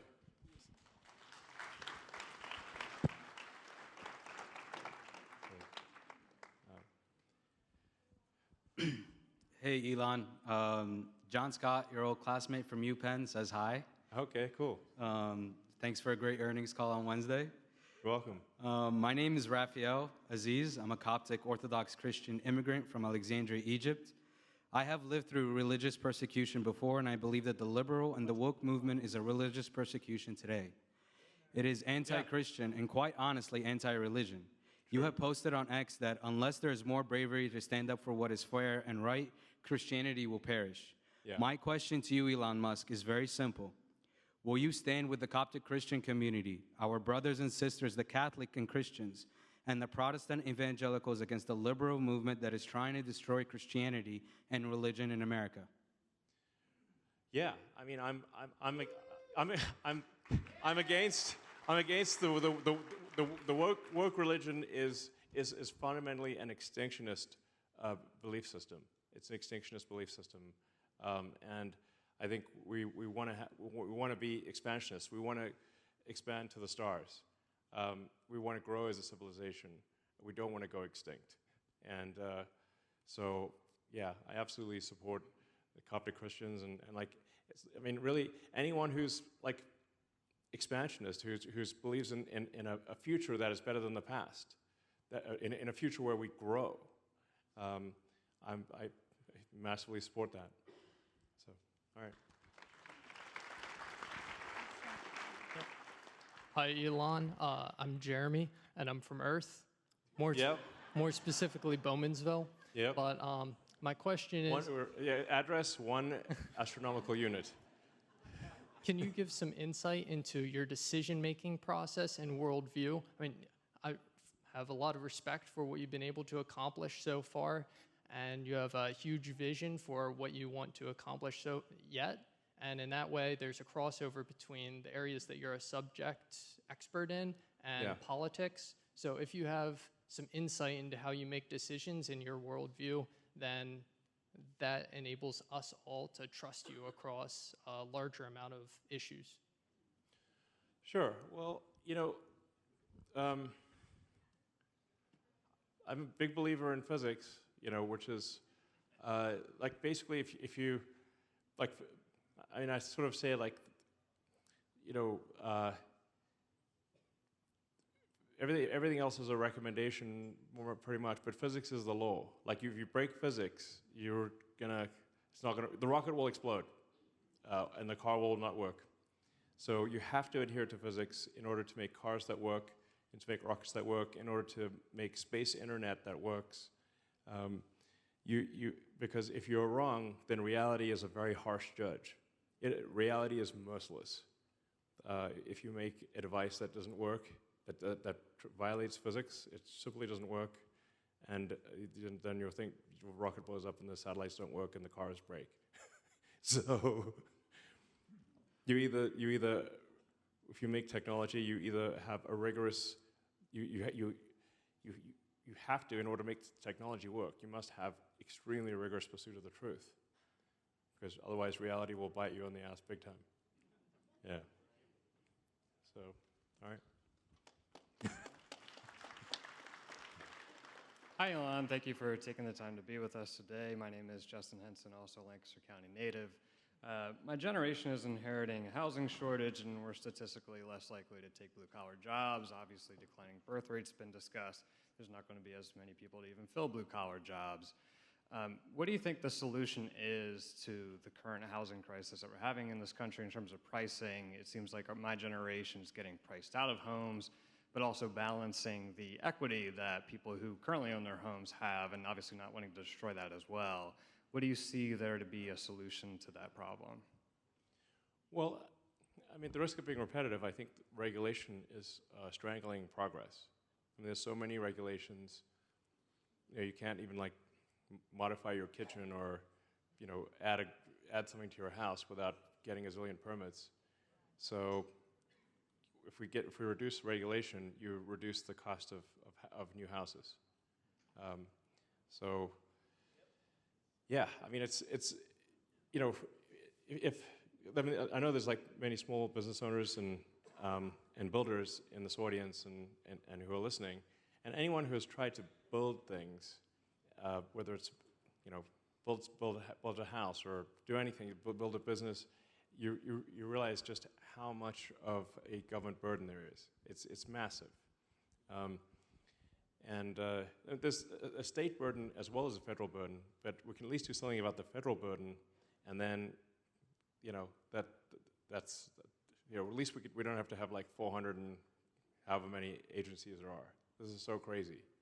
I'd like to know if I bet there's not a single member of Congress that can name 200 agencies. I'd be surprised. So how many agencies do we need? 99? That sounds like a lot. That sounds plenty to cover the bases. How many bases do we need to cover anyway? 99 bases sounds like a lot. So anyway, I think we could just get the government off people's backs would be a big improvement in quality of life and cost of housing and everything else. So, yes. Elon, what's going on, big dog? Hey, how's it going? It's a pleasure to meet you. My name's Nathan. I'm from Columbia. Anyways, so I was gonna ask, how's it feel to be the richest man in the world, and also can I get a picture with you real quick? Well, we're on TV right now. So I think actually we're both live streaming right now. I think probably to millions of people actually. So yeah. So millions of people, I think millions of people will actually see us. We're now on screen for millions of people. In terms of how does it feel? I mean, it's kind of a strange thing because I guess like I'm still very much like a technologist who I just work a lot, and then my recreational activity is hanging out with friends and family and playing video games, which is, yeah, exactly. I play Diablo or other video games. It's like I don't have like any yachts or holiday homes or anything. So I guess if I was to maybe live a more hedonistic life and had like yachts and islands or something like that, then it would make more. I don't know, maybe that would be more. I don't know, but that's not my idea of fun though, because I'm like, I'm sitting. If I go and sit on the beach, then I'm like, this is boring. What am I supposed to do now? So I just like building things, and I like being productive and doing useful things and making cool products, and that's it pretty much. I mean, I also do like hanging out with friends and family and stuff, but I'm not like saying how can I sort of build a bigger yacht or anything like that. I don't have a boat or anything like that. So, yeah, of course I still love it. Yeah, you're right. I do have boats. What are you talking for? Yes, there's a boat. SpaceX has these ships that are for the rocket lands on. So I guess technically I do own boats. Yeah. So I stand corrected. Thank you. Yeah. Maybe I should go sort of sailing around in one of them or something.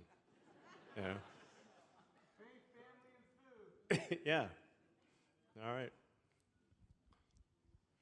Hi, Elon. My name is Bruce. I'm a voter here in Pennsylvania, and it is an honor to meet you. You've been a very strong inspiration for me and my family and all my friends, so God bless you for that. Thank you. I have a question right now about Latin America. Sure. You've obviously met President Nayib Bukele of El Salvador, who has done an incredible job. Of He really setting has. the flow. He's a very smart guy. Oh, absolutely, absolutely. Like it's like we had a long conversation about many subjects. Mm-hmm. I think, yeah, he's a really sharp guy. Absolutely. So following on that, what would you advocate for in a second Trump administration to incentivize states like Mexico, Ecuador, and others into strengthening their policies on policing and economic opportunities to stem the tide of illegal migration to the U.S. southern border? Thank you. Yeah, well, I mean, if there's prosperity in those countries, then I think there would obviously be less of a forcing function for illegal migration. It's pretty tough, I mean, and there's some lessons to be learned there. Like when Chavez came to power in Venezuela, one of the first things he did was take the guns away from people.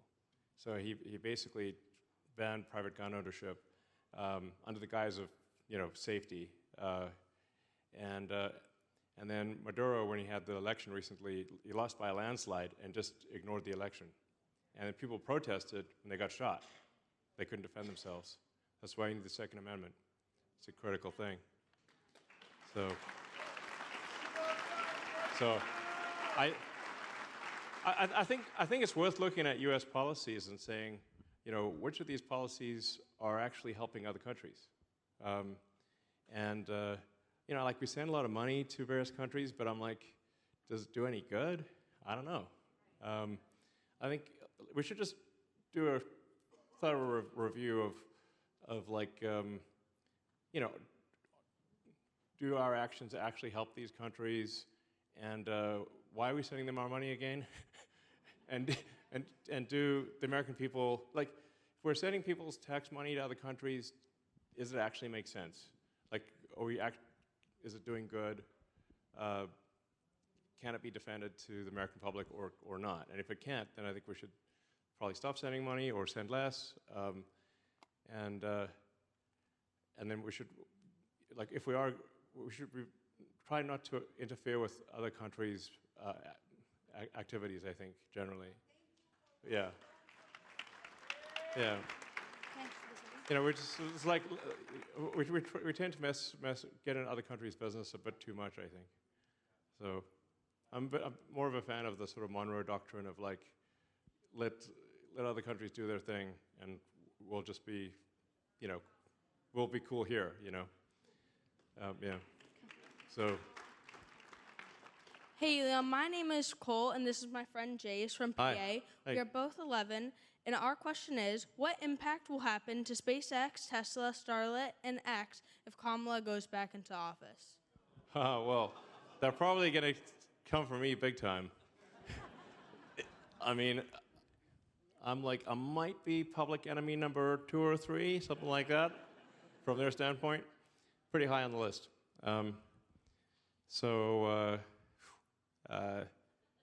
Yeah, I think it's going to be rough.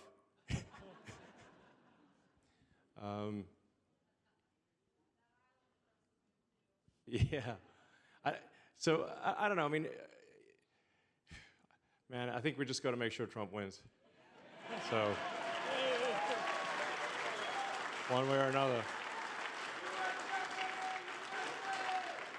It's just got to happen. It's essential. Like I said, I really think, I've not been politically active before, so it's not like, I don't want to be in politics. I like to be in technology and like build products, and manufacture things. So it's just that I really feel like this time we're at a crossroads that was probably irreversible if Trump doesn't win. So, so to people out there, I'd say,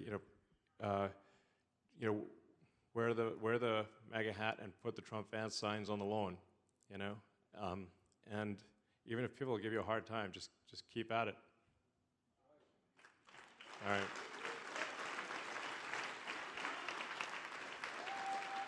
Yeah. All right. Hey, Elon. My name's Alex Gann from York, Pennsylvania, across the river.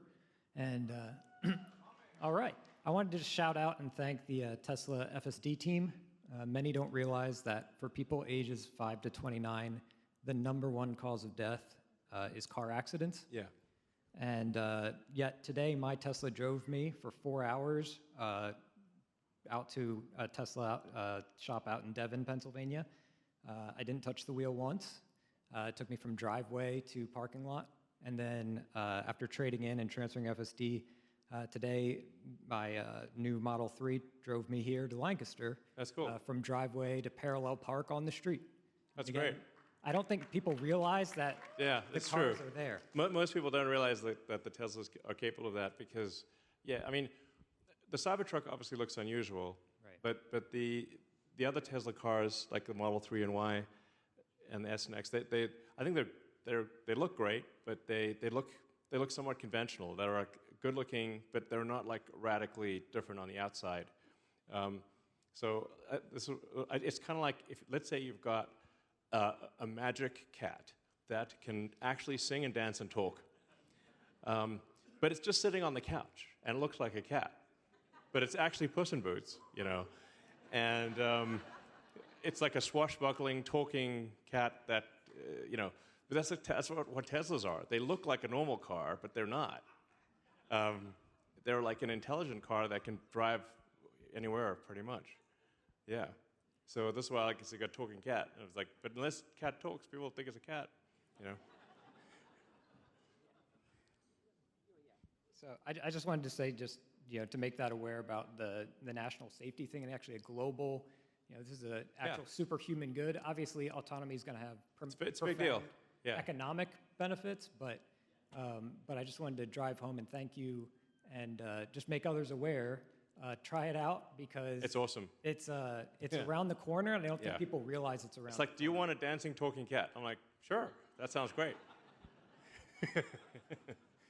Yeah, but that's a good point. There's about 1 million people die every year in the world from car accidents, and that number could be 90% lower, I think.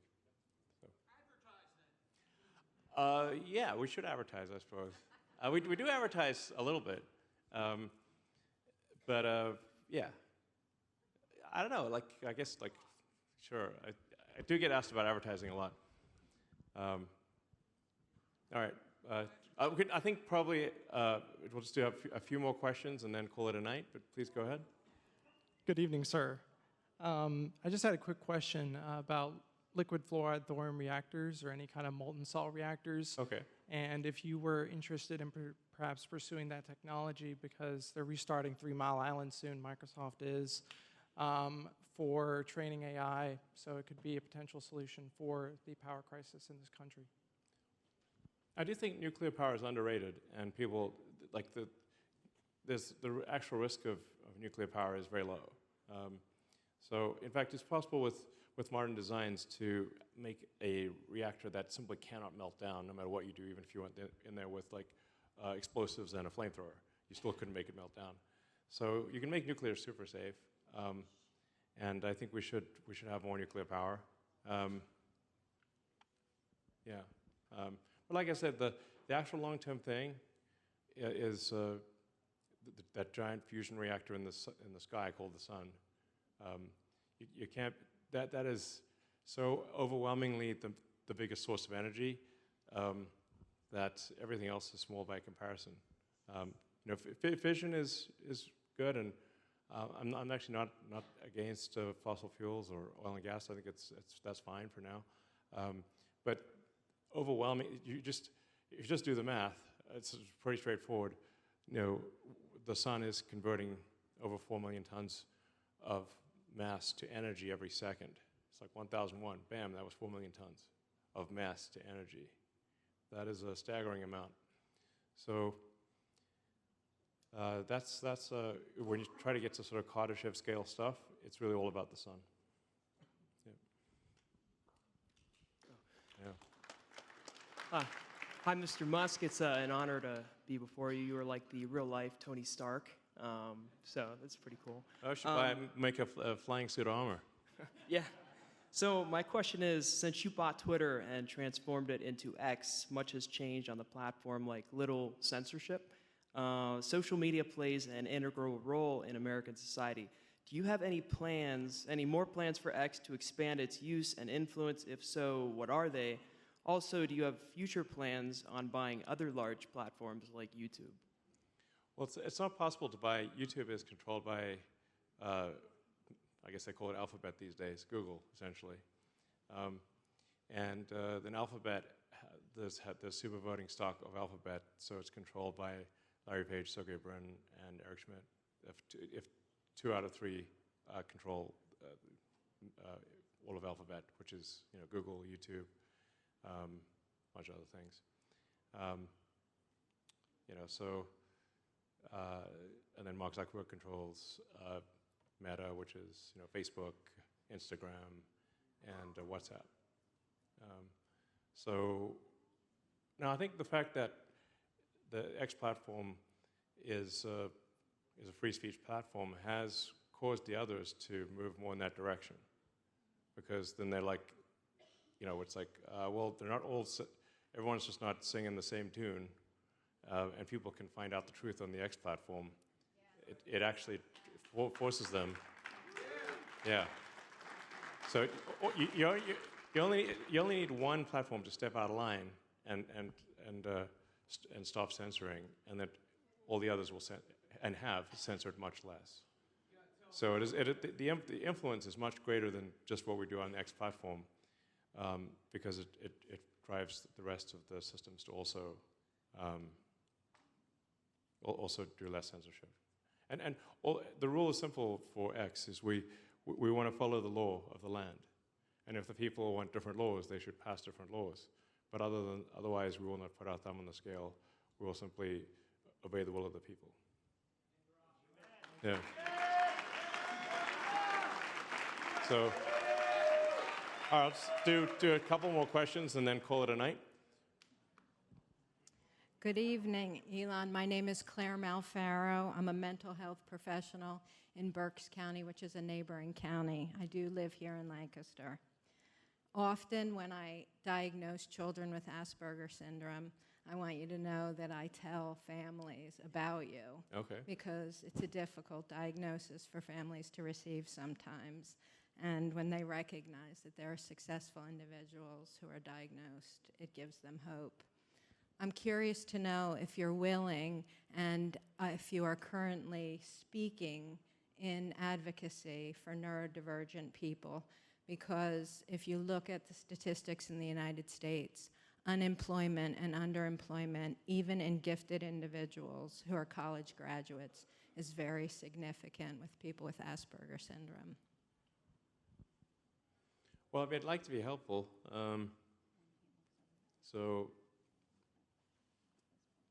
I think there's perhaps having some sort of,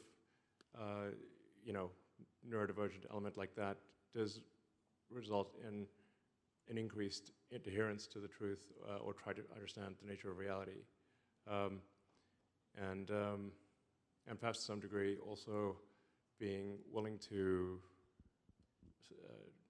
suffer criticism and not, simply want to fit in is important as well. Yeah.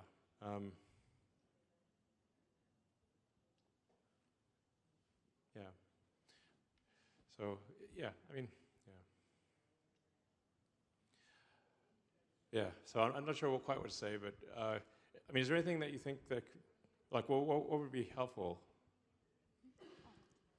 For example, in King of Prussia, we have an agency that's called the Neurodivergent Employment Network.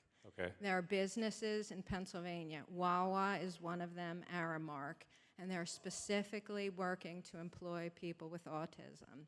There are many companies that are unwilling at this point to even consider because they're afraid that it's going to cost a lot of money for them for accommodations, which is really not true. And the research tells us that individuals are much less likely to steal. They're very conscientious about their work, but there's ignorance. And as a result of that ignorance, and part of the reason, not just you, but other individuals who have successful lives who are able to say to these families, like, your children will grow up and have successful lives as we're able to better implement change and relieve some of the ignorance in this society. I feel like if you would speak up more, for example, and say, look at me and look at what I've been able to do. And, and again, you are an entrepreneur, so you have yourself to answer to. But when somebody has their boss to answer to and they start saying, nobody in this company is really working 40 hours a week, or begin to truth tell about things, they lose their jobs. Right. Yeah.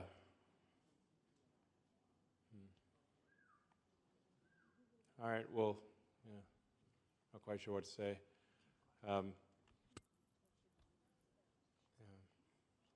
I do think that as we create robots, like the Optimus robot, this will help a lot of people who are neurodivergent because they will have a friend that will be there, that is infinitely patient.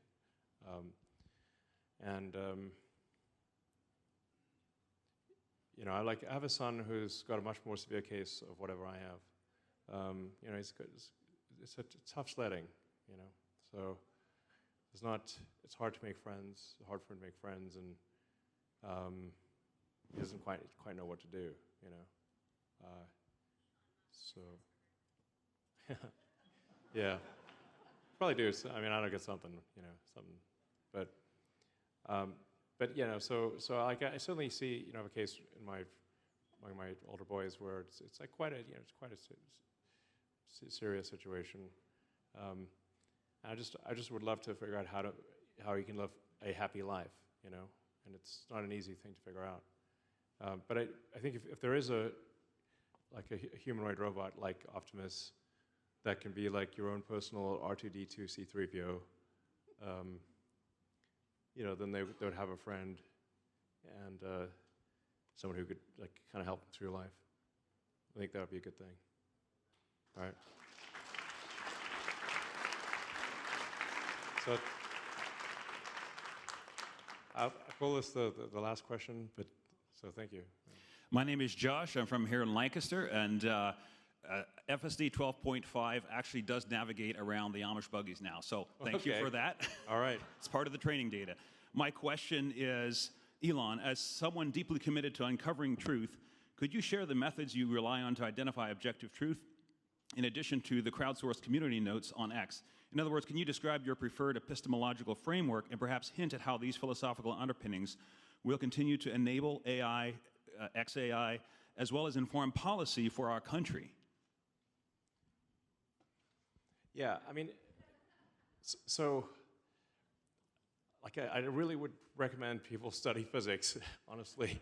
If you're trying to understand how the physical world works, that's what physics is. Physics is simply an attempt to understand the rules that govern reality, and what rules are good predictors of the future and what rules are not.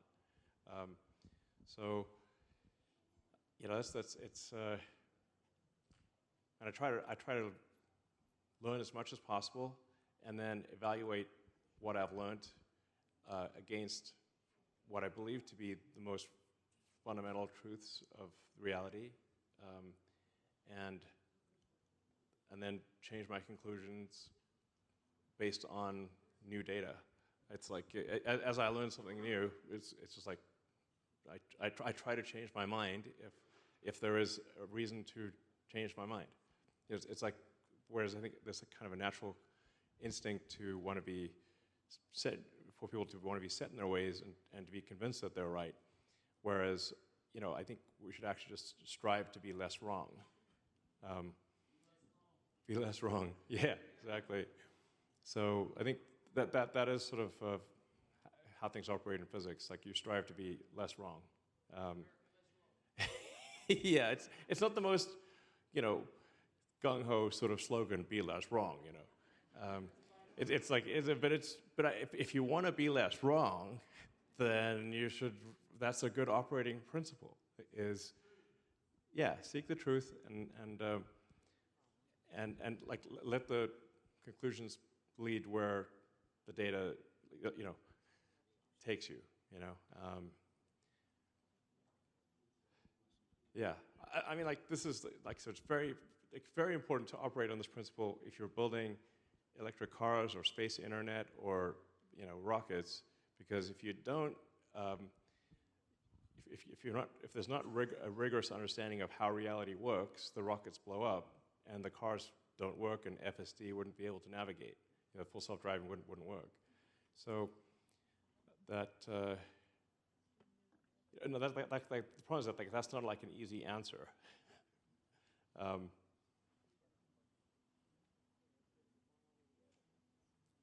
But I think just in general, again, it's not the most,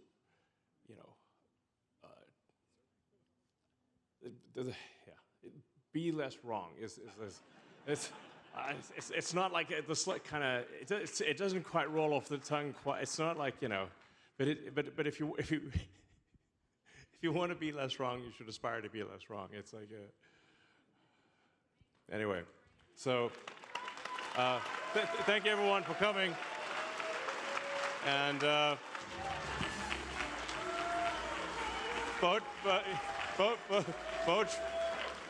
vote for Trump, and it's incredibly important. And get everyone else, to vote. And remember what I said at the beginning, which is that there are actually 40,000 ballots that people have that have actually not been mailed in or not been submitted. And people can go in person on Monday and Tuesday and vote. And please do, and please encourage everyone you know to do the same. Thank you.